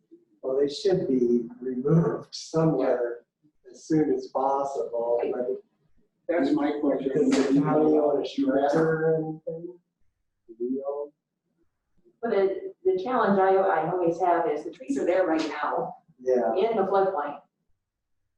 So if we pile them for a year and then burn them, is that any worse than just leaving them for another 50 years? no, I agree. It's just if it got to the point where, yeah, somebody complained that it was blocking and pushing water back or something somehow, that'd be the only concern. If there was significant flow or even drainage into this, I would be concerned, but the water that drains into this ditch comes from up north mostly. Even in a flood situation, there's not a lot of flow or current surrounding the ditch. That, I guess I'm fairly confident that would not be an issue with the size of the dike there. You probably have more groundwater seepage causing flooding than the creek overspilling. Would a better approach to this be, instead of the county being the one to do this, that we just, designated a landowner and appoint, just pay the landowner to, the landowners to do this? My problem is when we as the county take on this responsibility for us, we take on the liability. And if we pile a huge pile, a pile of trees there, and God forbid, maybe this will happen, and this will probably never happen, but if it does, and we get a flood and it goes and knocks out a small group, something, whose fault is it? It's the county. So that's why, what we do on the James River is we never get involved in these projects, is we fund private landowners who want to do this project, and then they take on that liability themselves, and I appreciate these landowners want to do that, but I guess I got apprehensions about us as the county being the vehicle to make this happen, because when something goes wrong, if it goes wrong, it's on us. I don't disagree with that, but this was written in 1908. And it was set up that the county commission is in charge, as the drainage board, in charge of these ditches. And, I expressed to like John and the others, I said, why are we in charge of your money? And I think it's a vehicle to collect, but, there's no reason if, on his property, he needs $8,000 to clean it up. Here's your check for $8,000, and then he makes it happen, and his neighbor needs $10,000. He gets that estimate, here's your $10,000 check, you make it happen. I think that takes some of the liability, off of us. I don't know, Deb, what's your thought on, the county taking really the role of this? I mean, do we have liability if we hire a contractor and something happens? I mean, what is the county's role in this? That's something I would have to research, because Okay. I'm assuming this has been done before. Since 1908, and in fact, Chris Nelson was before us, and he coordinated a thing, and we paid his bills directly. He didn't pay the bills, and then we paid Chris Nelson. So the challenge with doing it that way is, if you're gonna write a check to Joe Blow, say Joe Blow fix this, and Joe Blow doesn't do it, then he pockets $5,000. The other way, how you don't do that, is he pays the bill first, and then we reimburse him. Yeah. Well, then he has to front the $5,000. And most folks probably don't have the 5,000 in the account, or 22,500 to upfront that cost. And so we are the keeper of the funds. And honestly, I don't think we can get away from the risk of liability on this. We haven't since 1908. I think the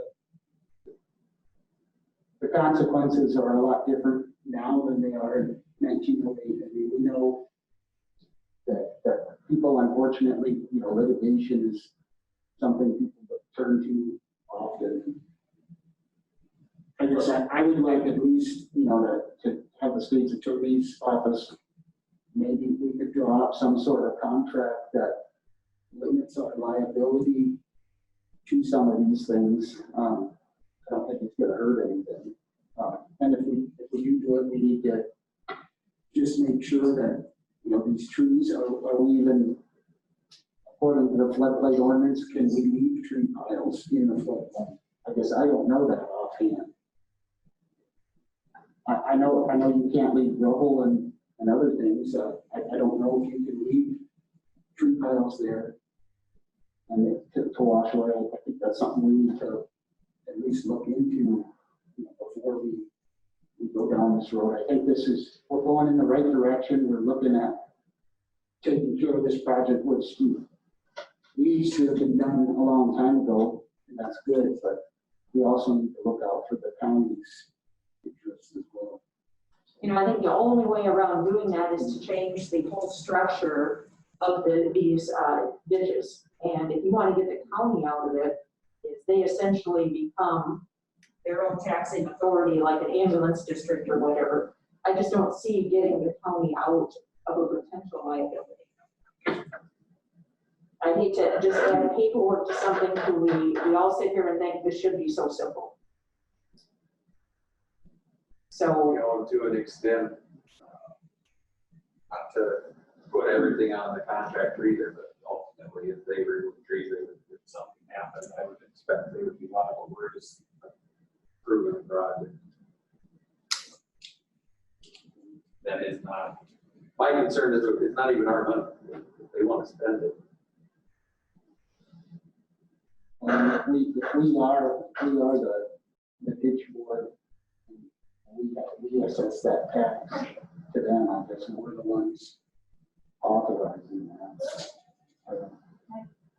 We assess this tax based on their request. Did somebody make a motion? Sure. Yeah, you said that things are a lot different from 1908 to 2020. There were a lot fewer people. There were a lot more farmers. Agronomy, agriculture was a big thing. No industry much, and a whole bunch more lawyers and attorneys right now that like to sue everybody. so at this time, we need to either entertain a motion to approve this or not to approve this request for funding. Sure, I'd like to ask one question. You bet. It's probably a ban. Because in my Dan's experience with Jim River, I hope they had this kind of work done. Would it be possible to change the contract to we keep a $5,000, $15,000, $10,000 payment until the trees have been satisfactorily piled up and burned? I don't believe that cost is in this contract, Don. Right.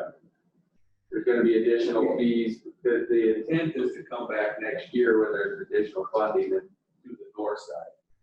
And at that time, while there's equipment there, then you would bury, what's burned and bury what's remaining on the south side. But that would be an additional bid. So I guess, I appreciate the concerns. I don't like that we are in charge of not only their tax dollars that they're paying in, but the more we drag our feet, the higher likelihood that they're going to be impacted by the 6 beaver dams that are already blocking the water. To Sherry's point, when Chris Nelson did something, he simply did it and then came forward and asked for us, here's the bill. But that put the liability on him. He did it and asked to be reimbursed. So we reimbursed it, and now the role. Right, the only difference is, right, they're asking, they're just saying, hey, are you gonna reimburse us? Yeah. If their money in this project. I have no problem reimbursing if these guys wanted to get together and they took this bid and they themselves did it and they asked to be reimbursed, that's fine, but I almost think this is Yankton County authorizing this bid. And we're taking the lead and the responsibility and we're paying this off. And if something happens, the buck's gonna stop with us. And that's where I see the difference. And maybe it'll work out fine, maybe it won't. So if Mr. Freeberg would have stood up here and said, here's a bill, I'd like to do this work, you would be okay? I think that's exactly the way we should do it. I think that's exactly the way that we should be doing it as a landowner in this area. Says, this is the work I'm gonna do. He does the work, it's done. But we're still writing the check to the contractor. Okay, but I think the reason it was set up this way is because you've got, let's say 50 people paying in something, and you have one person just show up every week and say, I did this, I want paid, I did this, I want paid. Or you may have a big project such as this, where this is gonna be multi-years, and you may have somebody on the north side say, no, I'm not gonna approve the south side, but I want the north side done. And so I think the intention of the reason it was set up this way is that the county is a neutral party to just kind of make sure that there's consensus, make sure that it was not to assume liability. It was just to. we have 7 water development districts in the state, and none of them do business. I'd like to suggest that we table this because you guys can argue all till midnight on this, who, what, where, how, what you're gonna do about it. You know, come back with some statistics and maybe bring some people along who are gonna do it. This, I think the motion to approve is you're figuring out what you're gonna do for the next meeting. I have a motion on the table by Healy to approve the $22,500 request for work to be done. Do I have a second?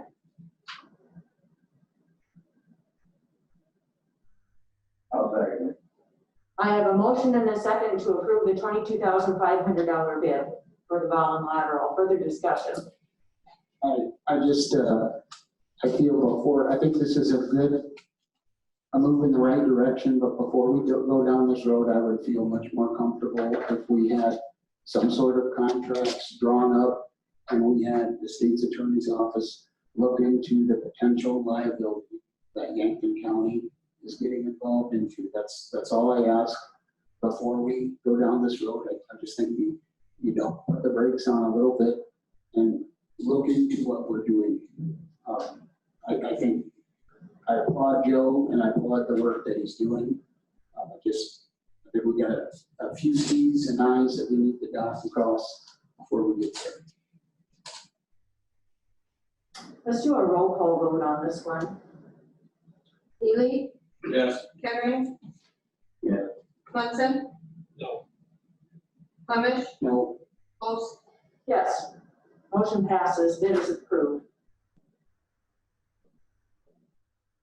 Entertain a motion to go back into regular session. So moved. Second. I have a motion and a second to go back into regular session. Further discussion? All in favor, say aye. Aye. All opposed, nay. Aye. Motion carries. We are back in regular session. We are now to item number 15, Yankton Community Library update. Is anyone here from the library? Gotcha. Thank you. Hi, Thank you for being patient, Dana. You have the. thank you. Thank you for having me. Can you guys all hear me okay? Yes, we can. Okay.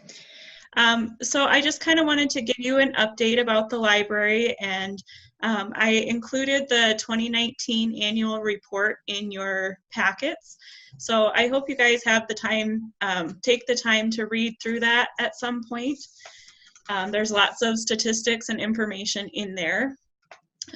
We have a new logo that's fairly recent at the library, but it says Yankton Community Library, books are just the beginning. And I really feel like that is the direction we're heading. Like we always are supporting literacy. We will always support the right to read without censorship. But I think the main focus of libraries is people. And I feel like we've really tried to highlight that over the last couple of years. July is actually the second year of me as director. So it's been kind of a wild ride recently, but it's been really good. So I feel like we focused a lot on programming for all different ages, all different abilities, and there's more information about that in the packet. So I hope you guys take the time to read that. And then I just wanted to talk to you a little bit about what we've been doing since mid-March because of COVID. So the library has been closed to the public since the middle of March, but our staff have been there the whole time. We continue to support the public, support our patrons. We have been taking returns the whole time, and we quarantine those items for 3 days for the staff safety and for the safety of the next patron to get those items. And I believe that's necessary. It's a good thing, but it does add more work to what we're doing. But that's important to us. And we've been doing curbside pickup just about the whole time. So we're doing no contact curbside pickup, so people can request books or movies over the phone, over email, over Facebook, over our website. And we've been sending a lot of stuff out the door that way, and I think that's really great. I think it's helping people kind of cope with the different things that are going on in the world. And we've had a lot of really positive feedback about doing curbside pickup. In June, we had over 1,000 curbside pickups. So that's just the pickups, not the items. And really it keeps us running sometimes, but it has really been an awesome program, and people have been really grateful for it, and we've enjoyed doing it. We also have ebooks that are always accessible from people's homes, and we have seen an increase in people using the Libby app and checking out books from home. So that's great, and we put a little bit more of our budget towards ebooks because those are things that can be accessed anywhere. Another thing we did, starting June 15th, we started allowing people in the library for appointments. So people can come in for computers, for microfilm, and we're allowing them to do browsing now too. So really people can come in to do whatever they need to do, but we're just kind of limiting how many people are in the building at a time. We are asking people to wear a mask when they're in the building and to wash their hands when they come in. So those are extra safety precautions that we do want to take for patrons, but I want to keep my staff safe too so that we can continue to serve and support.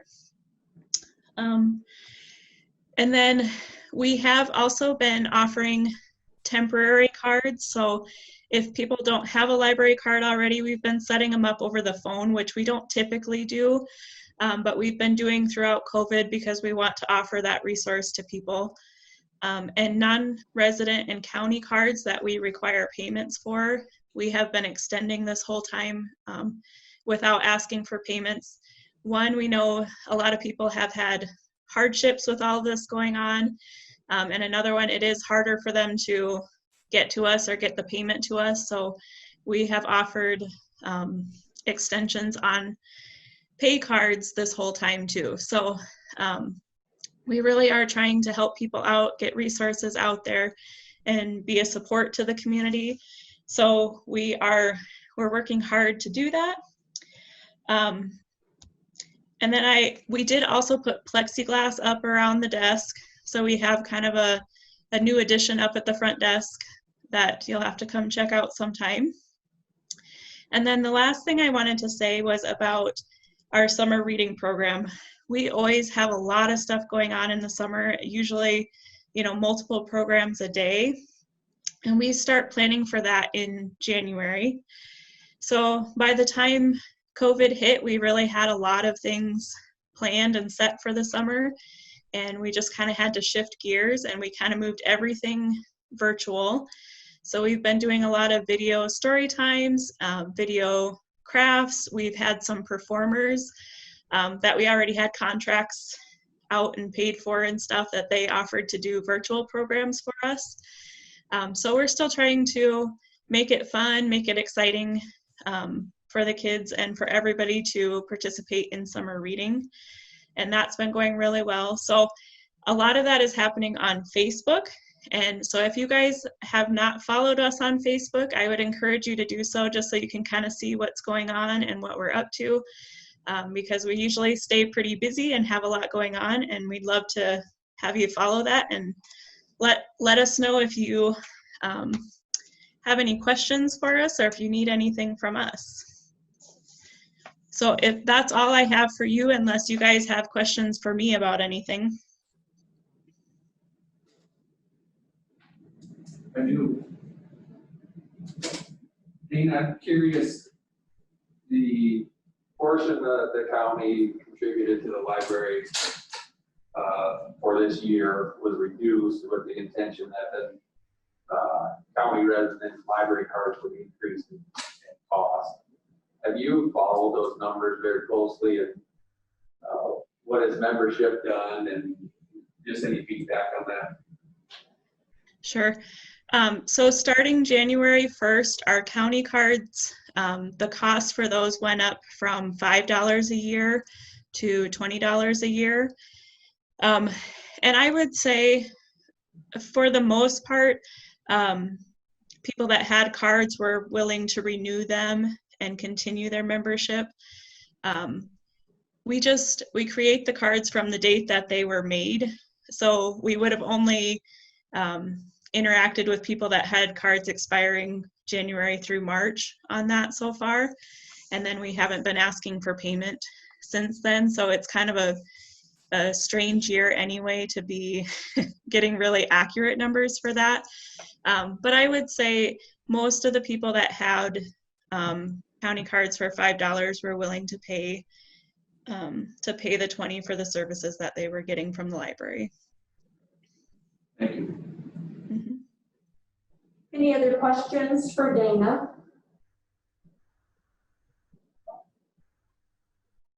All right, well, we certainly appreciate you hanging in there with us.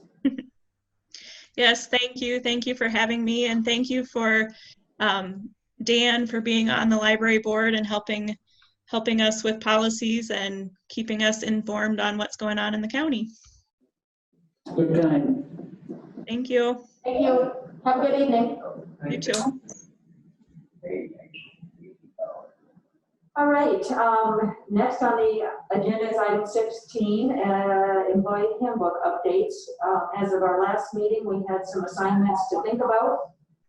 On those, and off the top of my head, we had the FMLA, we had part-time benefits, holidays, and then since that time, Joe and I did talk to Karen about some places in the handbook that still refer to paper checks for salary type payments, where now everything is electronic. So she has contacted alternative HRD about that. And we did also have a request to add maternity leave to the area where people can donate sick leave as well. So probably the big three things we need to finalize tonight are the FMLA, the part-time benefits, and holidays. So how about we start with holidays? Is this in our packet? Yeah, you had it in your packet last meeting. There were no changes. There's no update from the last discussion. We needed to finalize these three for alternative HRD to update. And then at our next meeting, we should have what is considered a final copy to approve.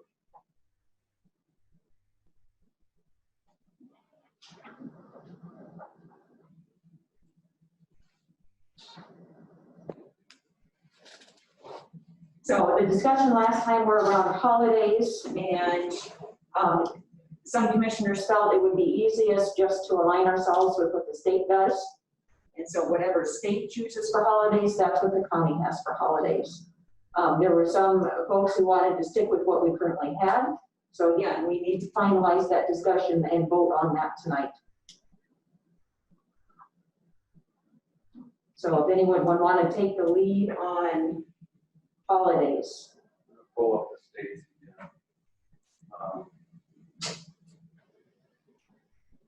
My concern with the state, following the states, is are we just simply gonna follow their scheduled holidays, or are we gonna just say if the state's off, we're off? Because I think that should be spelled out. Yeah. The state does not list all the holidays that they take off.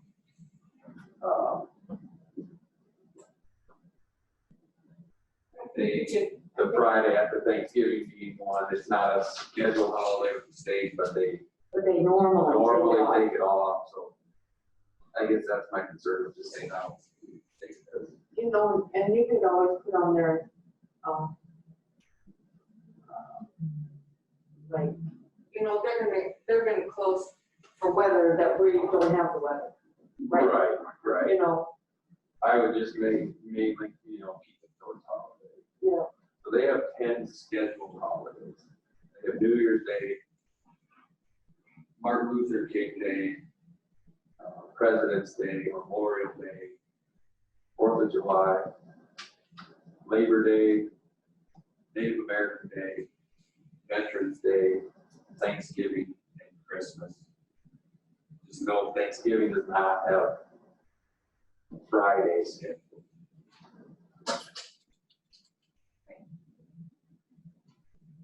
And right now, I'm trying to find it in that.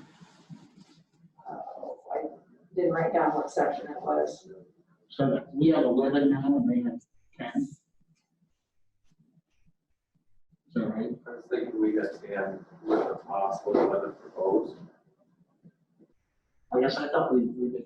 I think we have 11 Yeah, with 11. Good Friday. With the right. So I mean, if we did that with the state, then we're eliminating one for our employees, I guess. Labor, Veterans, Thanksgiving, and the day after. They don't count the day after, as the governor usually does it, but they don't count. It's not officially listed. After. Yep, so the list that Joe had for the official beginning 10 days off, we match almost exactly, except we do not do Native American Day, we do the day after Thanksgiving instead. Because currently in our handbook, we have added it here, but it's technically not in the 2004 handbook. So if we go with and say we are going to do exactly what the state does, and if the state gives an additional holiday like Good Friday and like the day after Thanksgiving, does the county then follow suit? So again, I'm with Joe, we have to be careful with the wording and what we want to do. Or does the county just want to do their own thing? And a lot of it lies around Native American Day. Do we want to add that and Good Friday and make it permanent? Because then we would be essentially at 12 days.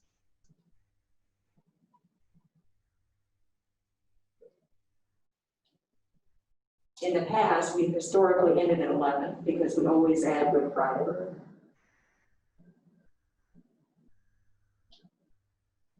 And do we give like a half day off for Christmas Eve or anything? We have. Like I close it down. Okay. So discussion. So tonight we need to decide. We've discussed it enough. So we need some opinions.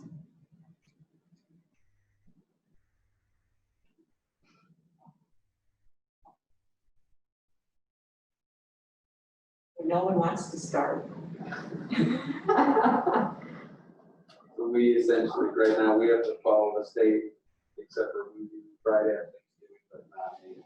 Right, so that is where they start. We both start with 10, they just misalign with 1. Yeah, I guess when I saw employee handbook updates, I thought we were gonna get updates. I didn't know we had to do all this stuff. No, at our last meeting, it was assigned, I said, at the next meeting, we need to decide on these 3 things. It was very specifically said at the end of the meeting. So we need to decide tonight. I guess I'd like to get some more input. I know as I get something in the department heads tonight. I have Because not we have yet. put this off for months. We talked about it. We talked about it and talked about it. Well, but you're still getting the holidays, so what? I guess I didn't realize that we were making these decisions tonight. I was going to contact a few more department heads that I hadn't spoke to yet and get their opinions of it. And I guess if possible, I would like to wait a little bit longer. I mean, it's important we do this right. We're making good progress on it.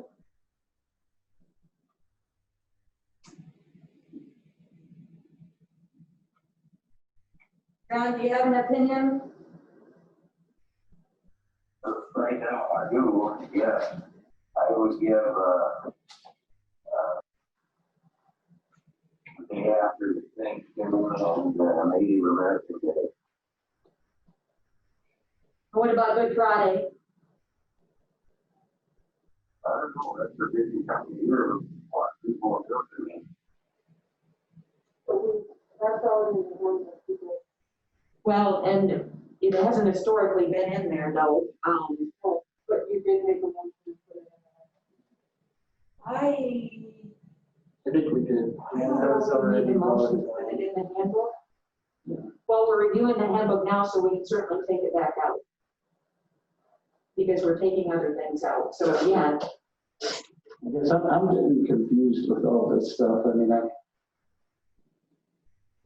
Well, we Yeah, don't we make just- holidays. There's two thoughts. One argument's gonna be that the state's closed and a lot of our business aligns with the state. The other argument is it is nice for some people to, on their day off, to be able to sleep down here. It overloads the apartments here, but the chance to do that. I think typical, But then they can't do their business. Something. right. I think typically private companies stick to roughly 10 days from that. They usually do not do like Martin Luther King Day, President's Day, Native American Day, or Veterans Day, but do Thanksgiving 2 days, Good Friday, or Easter Monday, usually Good Friday, and usually 2 holidays assigned outside of that. I think What that's, I see. I think part of working for government though is that, maybe you do get a few more holidays. I mean, that's kind of a perk. it also aligns with the school district. Right. Good Friday does have its advantages too, because, it's after Christmas, there is kind of a long period where there aren't a lot of holidays in there. Well, you get President's Day. So So the state has the 10 I said, and then it sounds like we typically are gonna give Thanksgiving off that Friday, and then possibly Good Friday, that would be 12 holidays. Yep. So essentially, we're going from 11 to 12 by doing that, because historically, Good Friday has been given off. So for me, the question tonight is, do we add Native American Day?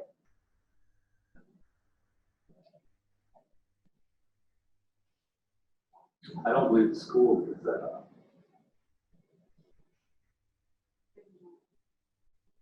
No. So if we are good with sticking with the 11, because Good Friday has been added in there, then let's vote on it, move on. We should table it, talk about it some more. Because Sherry Lewis wants it done tonight. The world isn't gonna come to an end if we don't. Well, I came prepared to talk about it as instructed. There's a lot of patience, dude.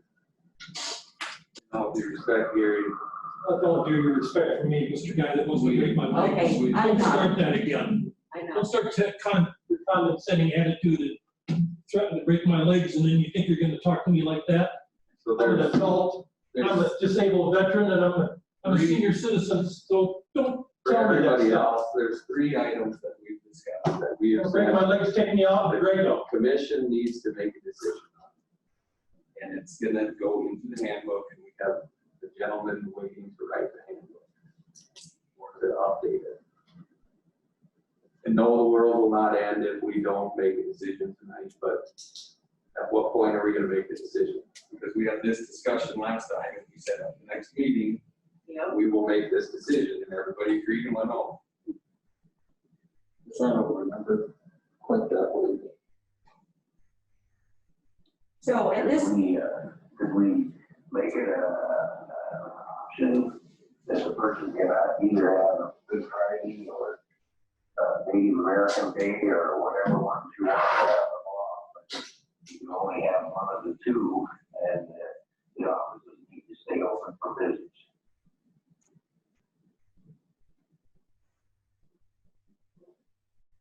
I don't think that. People are gonna choose the death of Thanksgiving. Well, then the next year they won't get it. I guess I'm not understanding, they'll get it one year, not the other.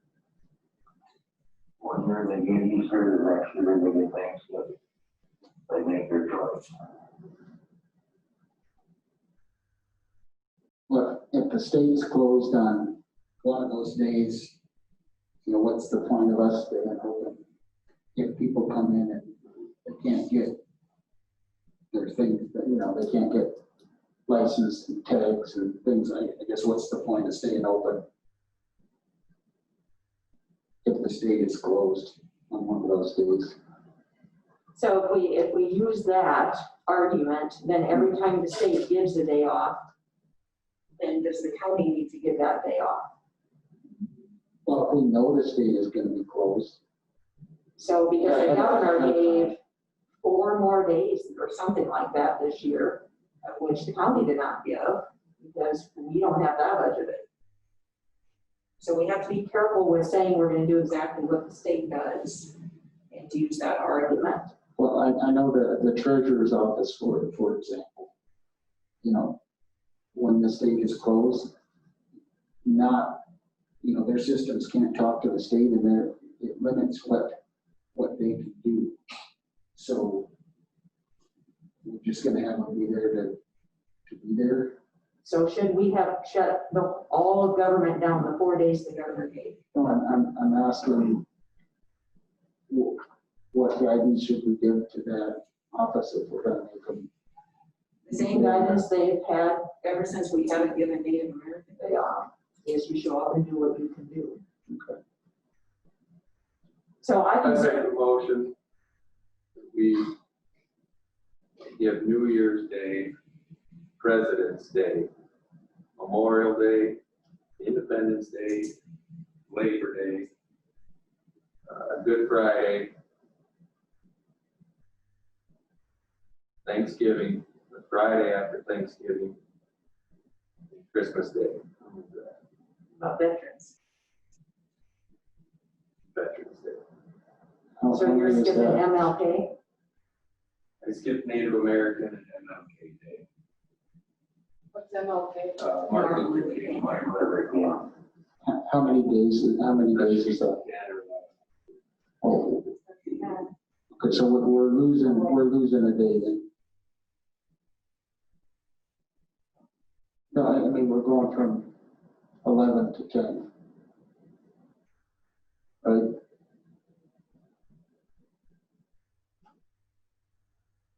So you made a motion. Is there a second to that motion? Is there a second to that motion? That motion dies for lack of a second. I can support the 11 without Native American, just as it is stated in the amendment to the handbook. So the New Year's Day, Martin Luther, President's Day, Good Friday, Memorial, Independence, Labor, Veterans, Thanksgiving, and the Friday of Thanksgiving, and Christmas. So that's 11. And that's historically what we have given. Second. So we're not giving a Native American Day then. Right, correct. That's the one that we're not. Yep. So I can support that. Would you like me to make that an official motion? I'll do it. Okay, Don. I'll make that motion a motion. Okay, so Don has made a motion to keep 11 permanent holidays in our handbook. New Year's, Martin Luther King, President's Day, Good Friday, Memorial Day, Independence Day, Labor Day, Veterans Day, Thanksgiving, the day after Thanksgiving, and Christmas. So that's 11. Second. So I've got a motion by Don, second by Joe, to approve 11 official holidays. Native American is not included in that. Further discussion. Because why aren't we including Native American Day? It hasn't historically been in our handbook. And I think the intent is to give what we typically, we get asked every year for a certain day. Thanksgiving, Friday be one, Good Friday be another. So we're still be 11 holidays before, we're gonna have 11 holidays now. we officially had 10 in the handbook. And so we are making permanent the Good Friday. Giving the employees an extra day of paid holiday, correct? Yes, There goes some more money. which we have historically done by motion every year. Historical is, this is Yankton County, we're broke. Okay. So at this time, Welcome to make a motion. we have a motion and a second on the floor. There being no further discussion, we'll do a roll call vote to make it clear. Henry, Yes. Healy, Yes. Stetson, No. Clemish, No. Los. Yes. So that motion is approved. We currently have officially put Good Friday into our handbook, and we have not added Native American Day. So the next assignment was, let's do part-time benefits. It was requested by some of the part-time folks to add, What page are you on?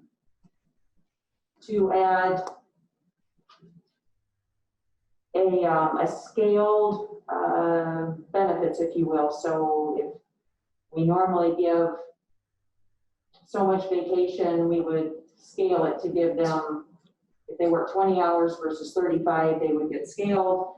They would also be scaled for payment for holidays if we had a holiday in that week.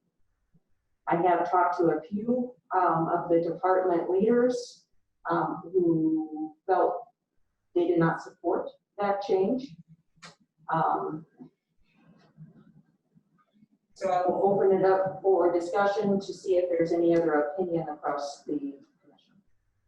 What part of the handbook are you on? Well, it would be the benefits section. What page is that? Well, Dan, give me a second.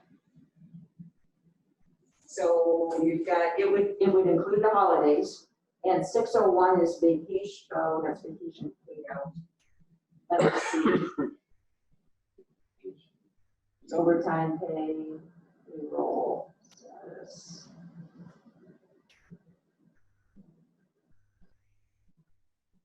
Vacation is 601.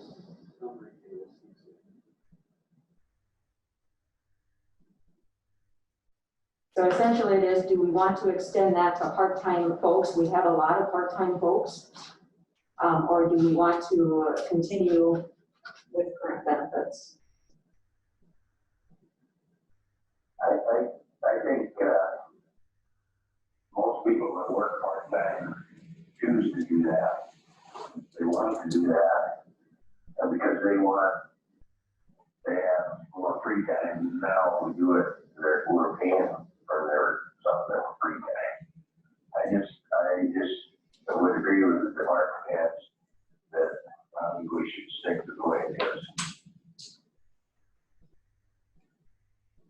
I share that view as well, Don? As well. Gary, do you have any support for offering additional benefits to part-time folks? A little bit, because you're gonna do your way no matter what, so. All right, Dan, did you have any comments? No. Okay, so at this time, general consensus is that we do not want to change anything with part-time benefits. All right, we can move on from there, and the last major topic is FMLA. What page is that on? Well, Mr. Oakland had put an appendix in, and there was discussion of essentially following the appendix. The major difference that you probably will see is the 12 weeks of FMLA leave that is required to give an employee.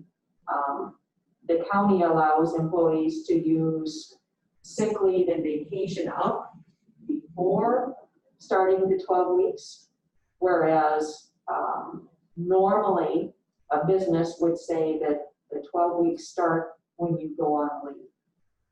You're welcome to take sick and vacation at the same time to get compensation, but they are not added on to each other, if you will. So if I had 100 days of sick leave built up, currently I could take that 100 days and then I could take 12 more weeks off without pay. Whereas many businesses today will say you can use those 100 days of sick leave, but the count is at the same as the 12 weeks. So I think, unless I'm completely wrong on that, that is the main difference between our current handbook and what many businesses do today. I think the other change that he identified would be the 12-month rolling. Yes, thank you. Wasn't he gonna look into that for us, when he was here last time? I can't remember anything he was going to look into. I do know when the CARES Act came out that they did outline in there, it was a 12-month look back, and it's a rolling 12 months, not a calendar year 12 months in there. So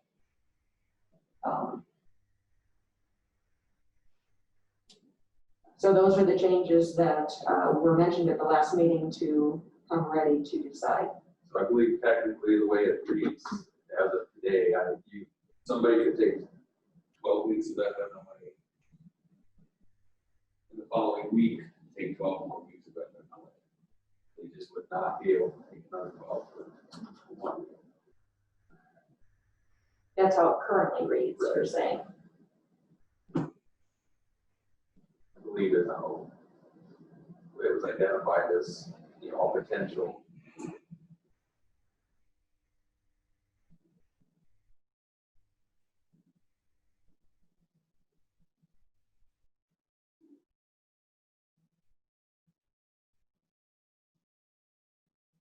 So are there any opinions on which avenue we should go?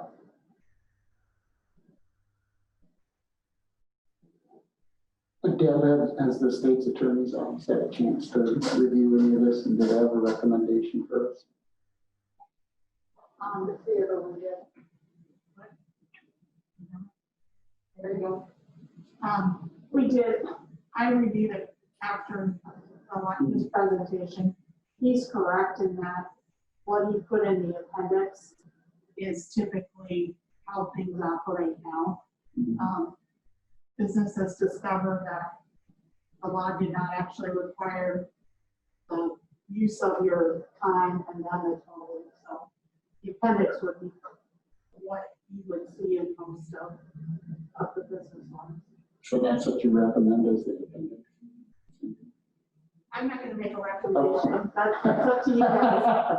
That's up to the commission. Okay. But what you put in the appendix would typically be the language that you would see. Okay. Got it. Thank you.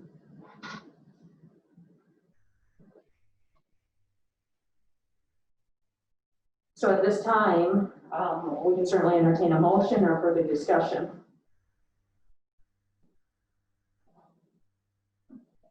Go ahead, Don. For consistent operation of the department.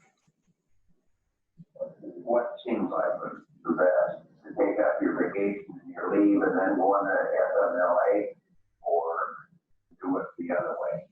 I would think if they took up the vacation and leave, that would give more time to think about replacement or getting somebody in to help do the work. But I don't know if it makes much difference. I'm leaning towards supporting what alternative HRD is recommending in the appendix to be consistent with what businesses are doing today. Okay. Any other opinions you want to share? I think that makes more sense from a liability standpoint, but from a business standpoint, I do recognize that employees potentially would be giving up a benefit that they currently. But I do think it's very uncommon in the industry that this is the extent.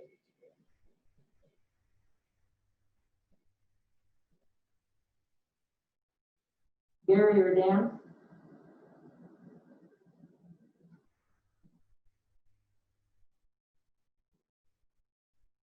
Is anyone ready to make a motion on which avenue we need to go down? I move we follow the recommendation of our HR specialist. And adopt appendix? Yes.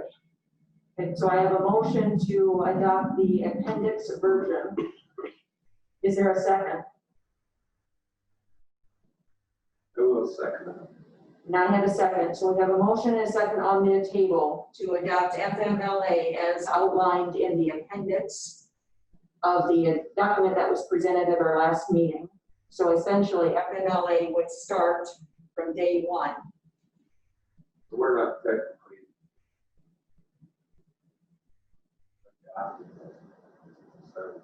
We're saying this is what we want. This is what, yeah, so we are voting to put this in this draft form, so at the next meeting, we will adopt the handbook officially. And part of the changes in the appendix is the 12-month rolling average to look at. Further discussion. Whatever you do, I'm going to abstain from voting because I think you should have had a bunch of the employees here to get input from them. Now, we don't even have insurance commissioners, but you're dictating to these people what they want. You should have had people here from all this other areas of the county putting in input. Hey, I'd like it this way.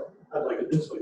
But no, you're just going to blanket it the way you want it done. So if they also they wanted 50 participate in days of insurance. vacation, we could give it to them because that's what they wanted. You know, I got something to tell you. You can threaten to break my leg, but don't you send your sister after my son because they work together and go after my son. I'm That's not even with low the for you, Joe. allegations. That's low for you, Joe.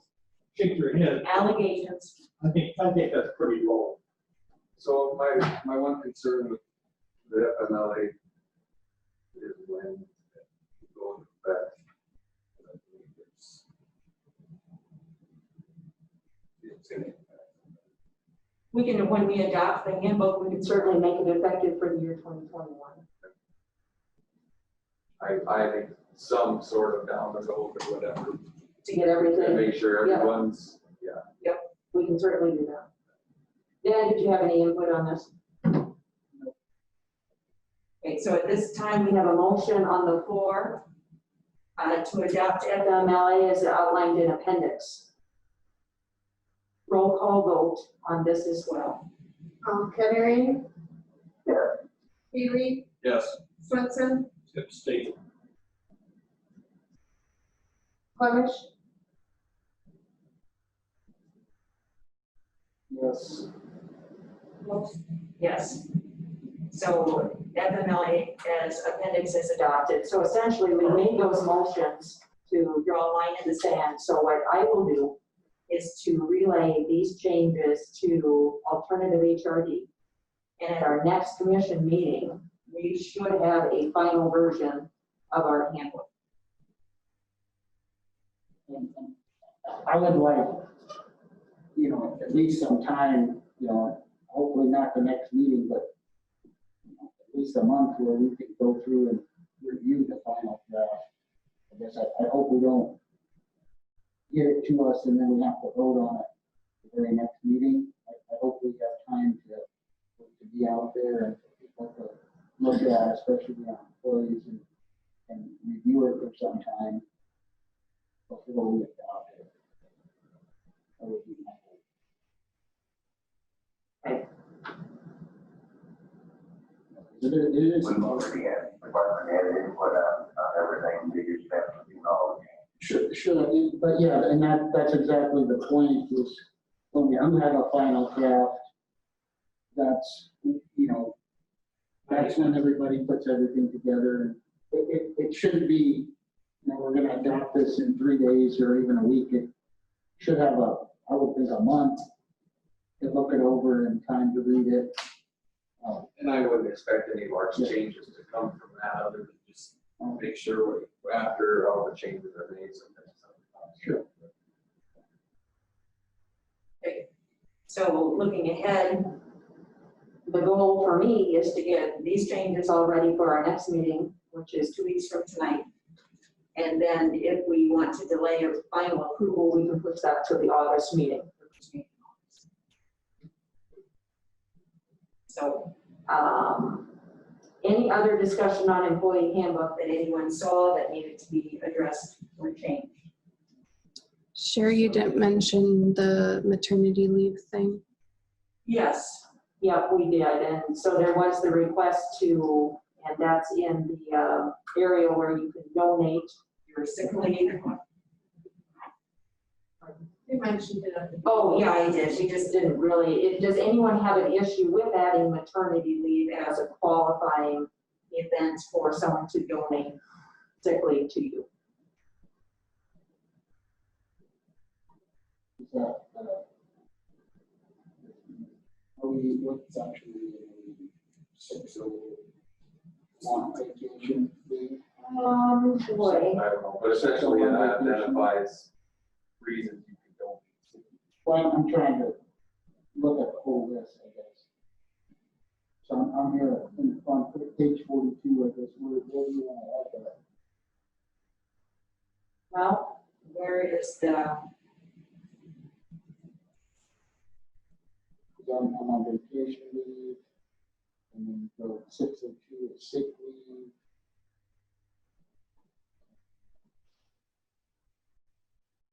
So 3 is donated sick leave. there you go. That's probably at 603.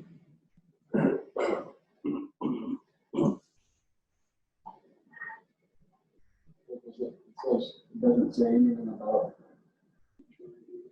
And that's the request, is to list that Where are we going to list it? wherever it would fit in. We should probably go to 603 and find out what that's in.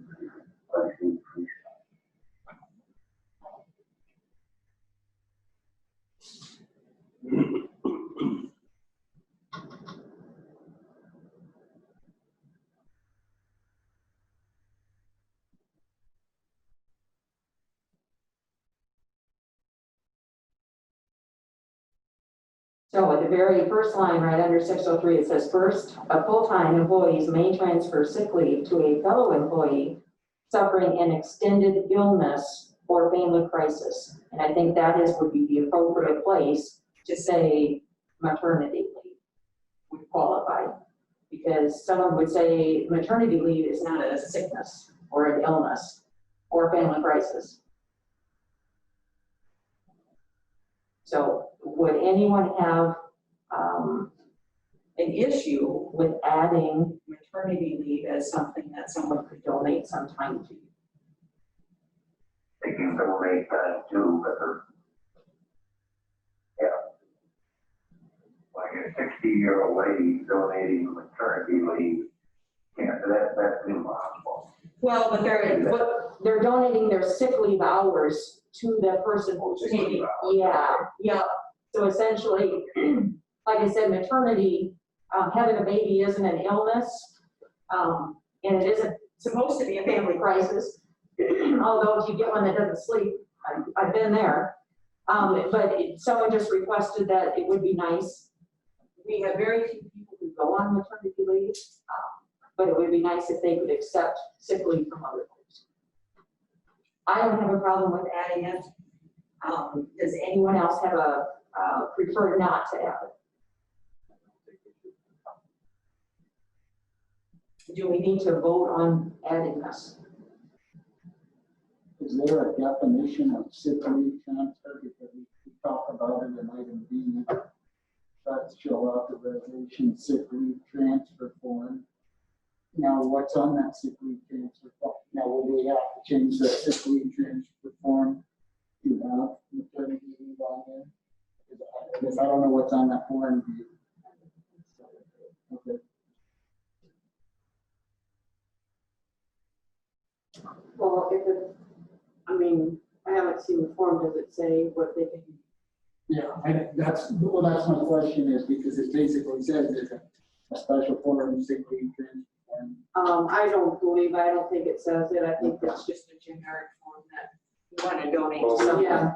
We can check the form. If everyone's okay with the concept of doing it, we can get everything ready for the next meeting. And we'll look at the form. Is everyone okay with the concept of adding it?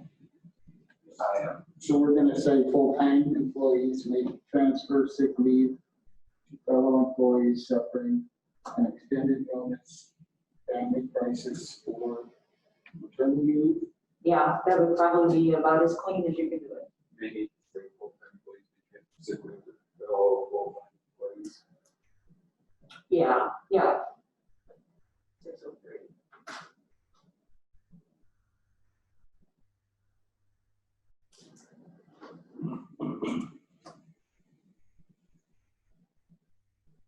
Okay. All right, I think we are done with what we were tasked with on handbook tonight. Moving on to item 17, public comment at 8:50.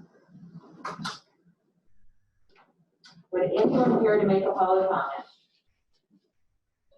There being no public comments, it is closed, and we move on to commissioner updates. Anyone like to share any updates? I would. Tomorrow, I've got an invitation to meet. It's a briefing call about COVID-19. Some of the speakers there will be like Larry Kudlow. I think I have to introduce who he is. Robert Wilkie from the Department of Veterans Affairs, and Deputy Surgeon General Schwartz. Last time we had a call, Vice President Pence was there. We were able to ask questions. This will be tomorrow, and I would give you the results of tomorrow, but you've taken away my email privileges, so I guess you don't get to find out what happens. Any other updates? Anyone cares to share? All right. Items for next meeting. So we have the handbook to put on our next meeting. We have the one entry application from Highway.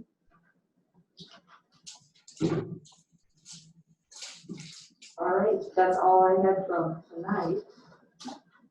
Can we have the handbook with the updates added to the packet?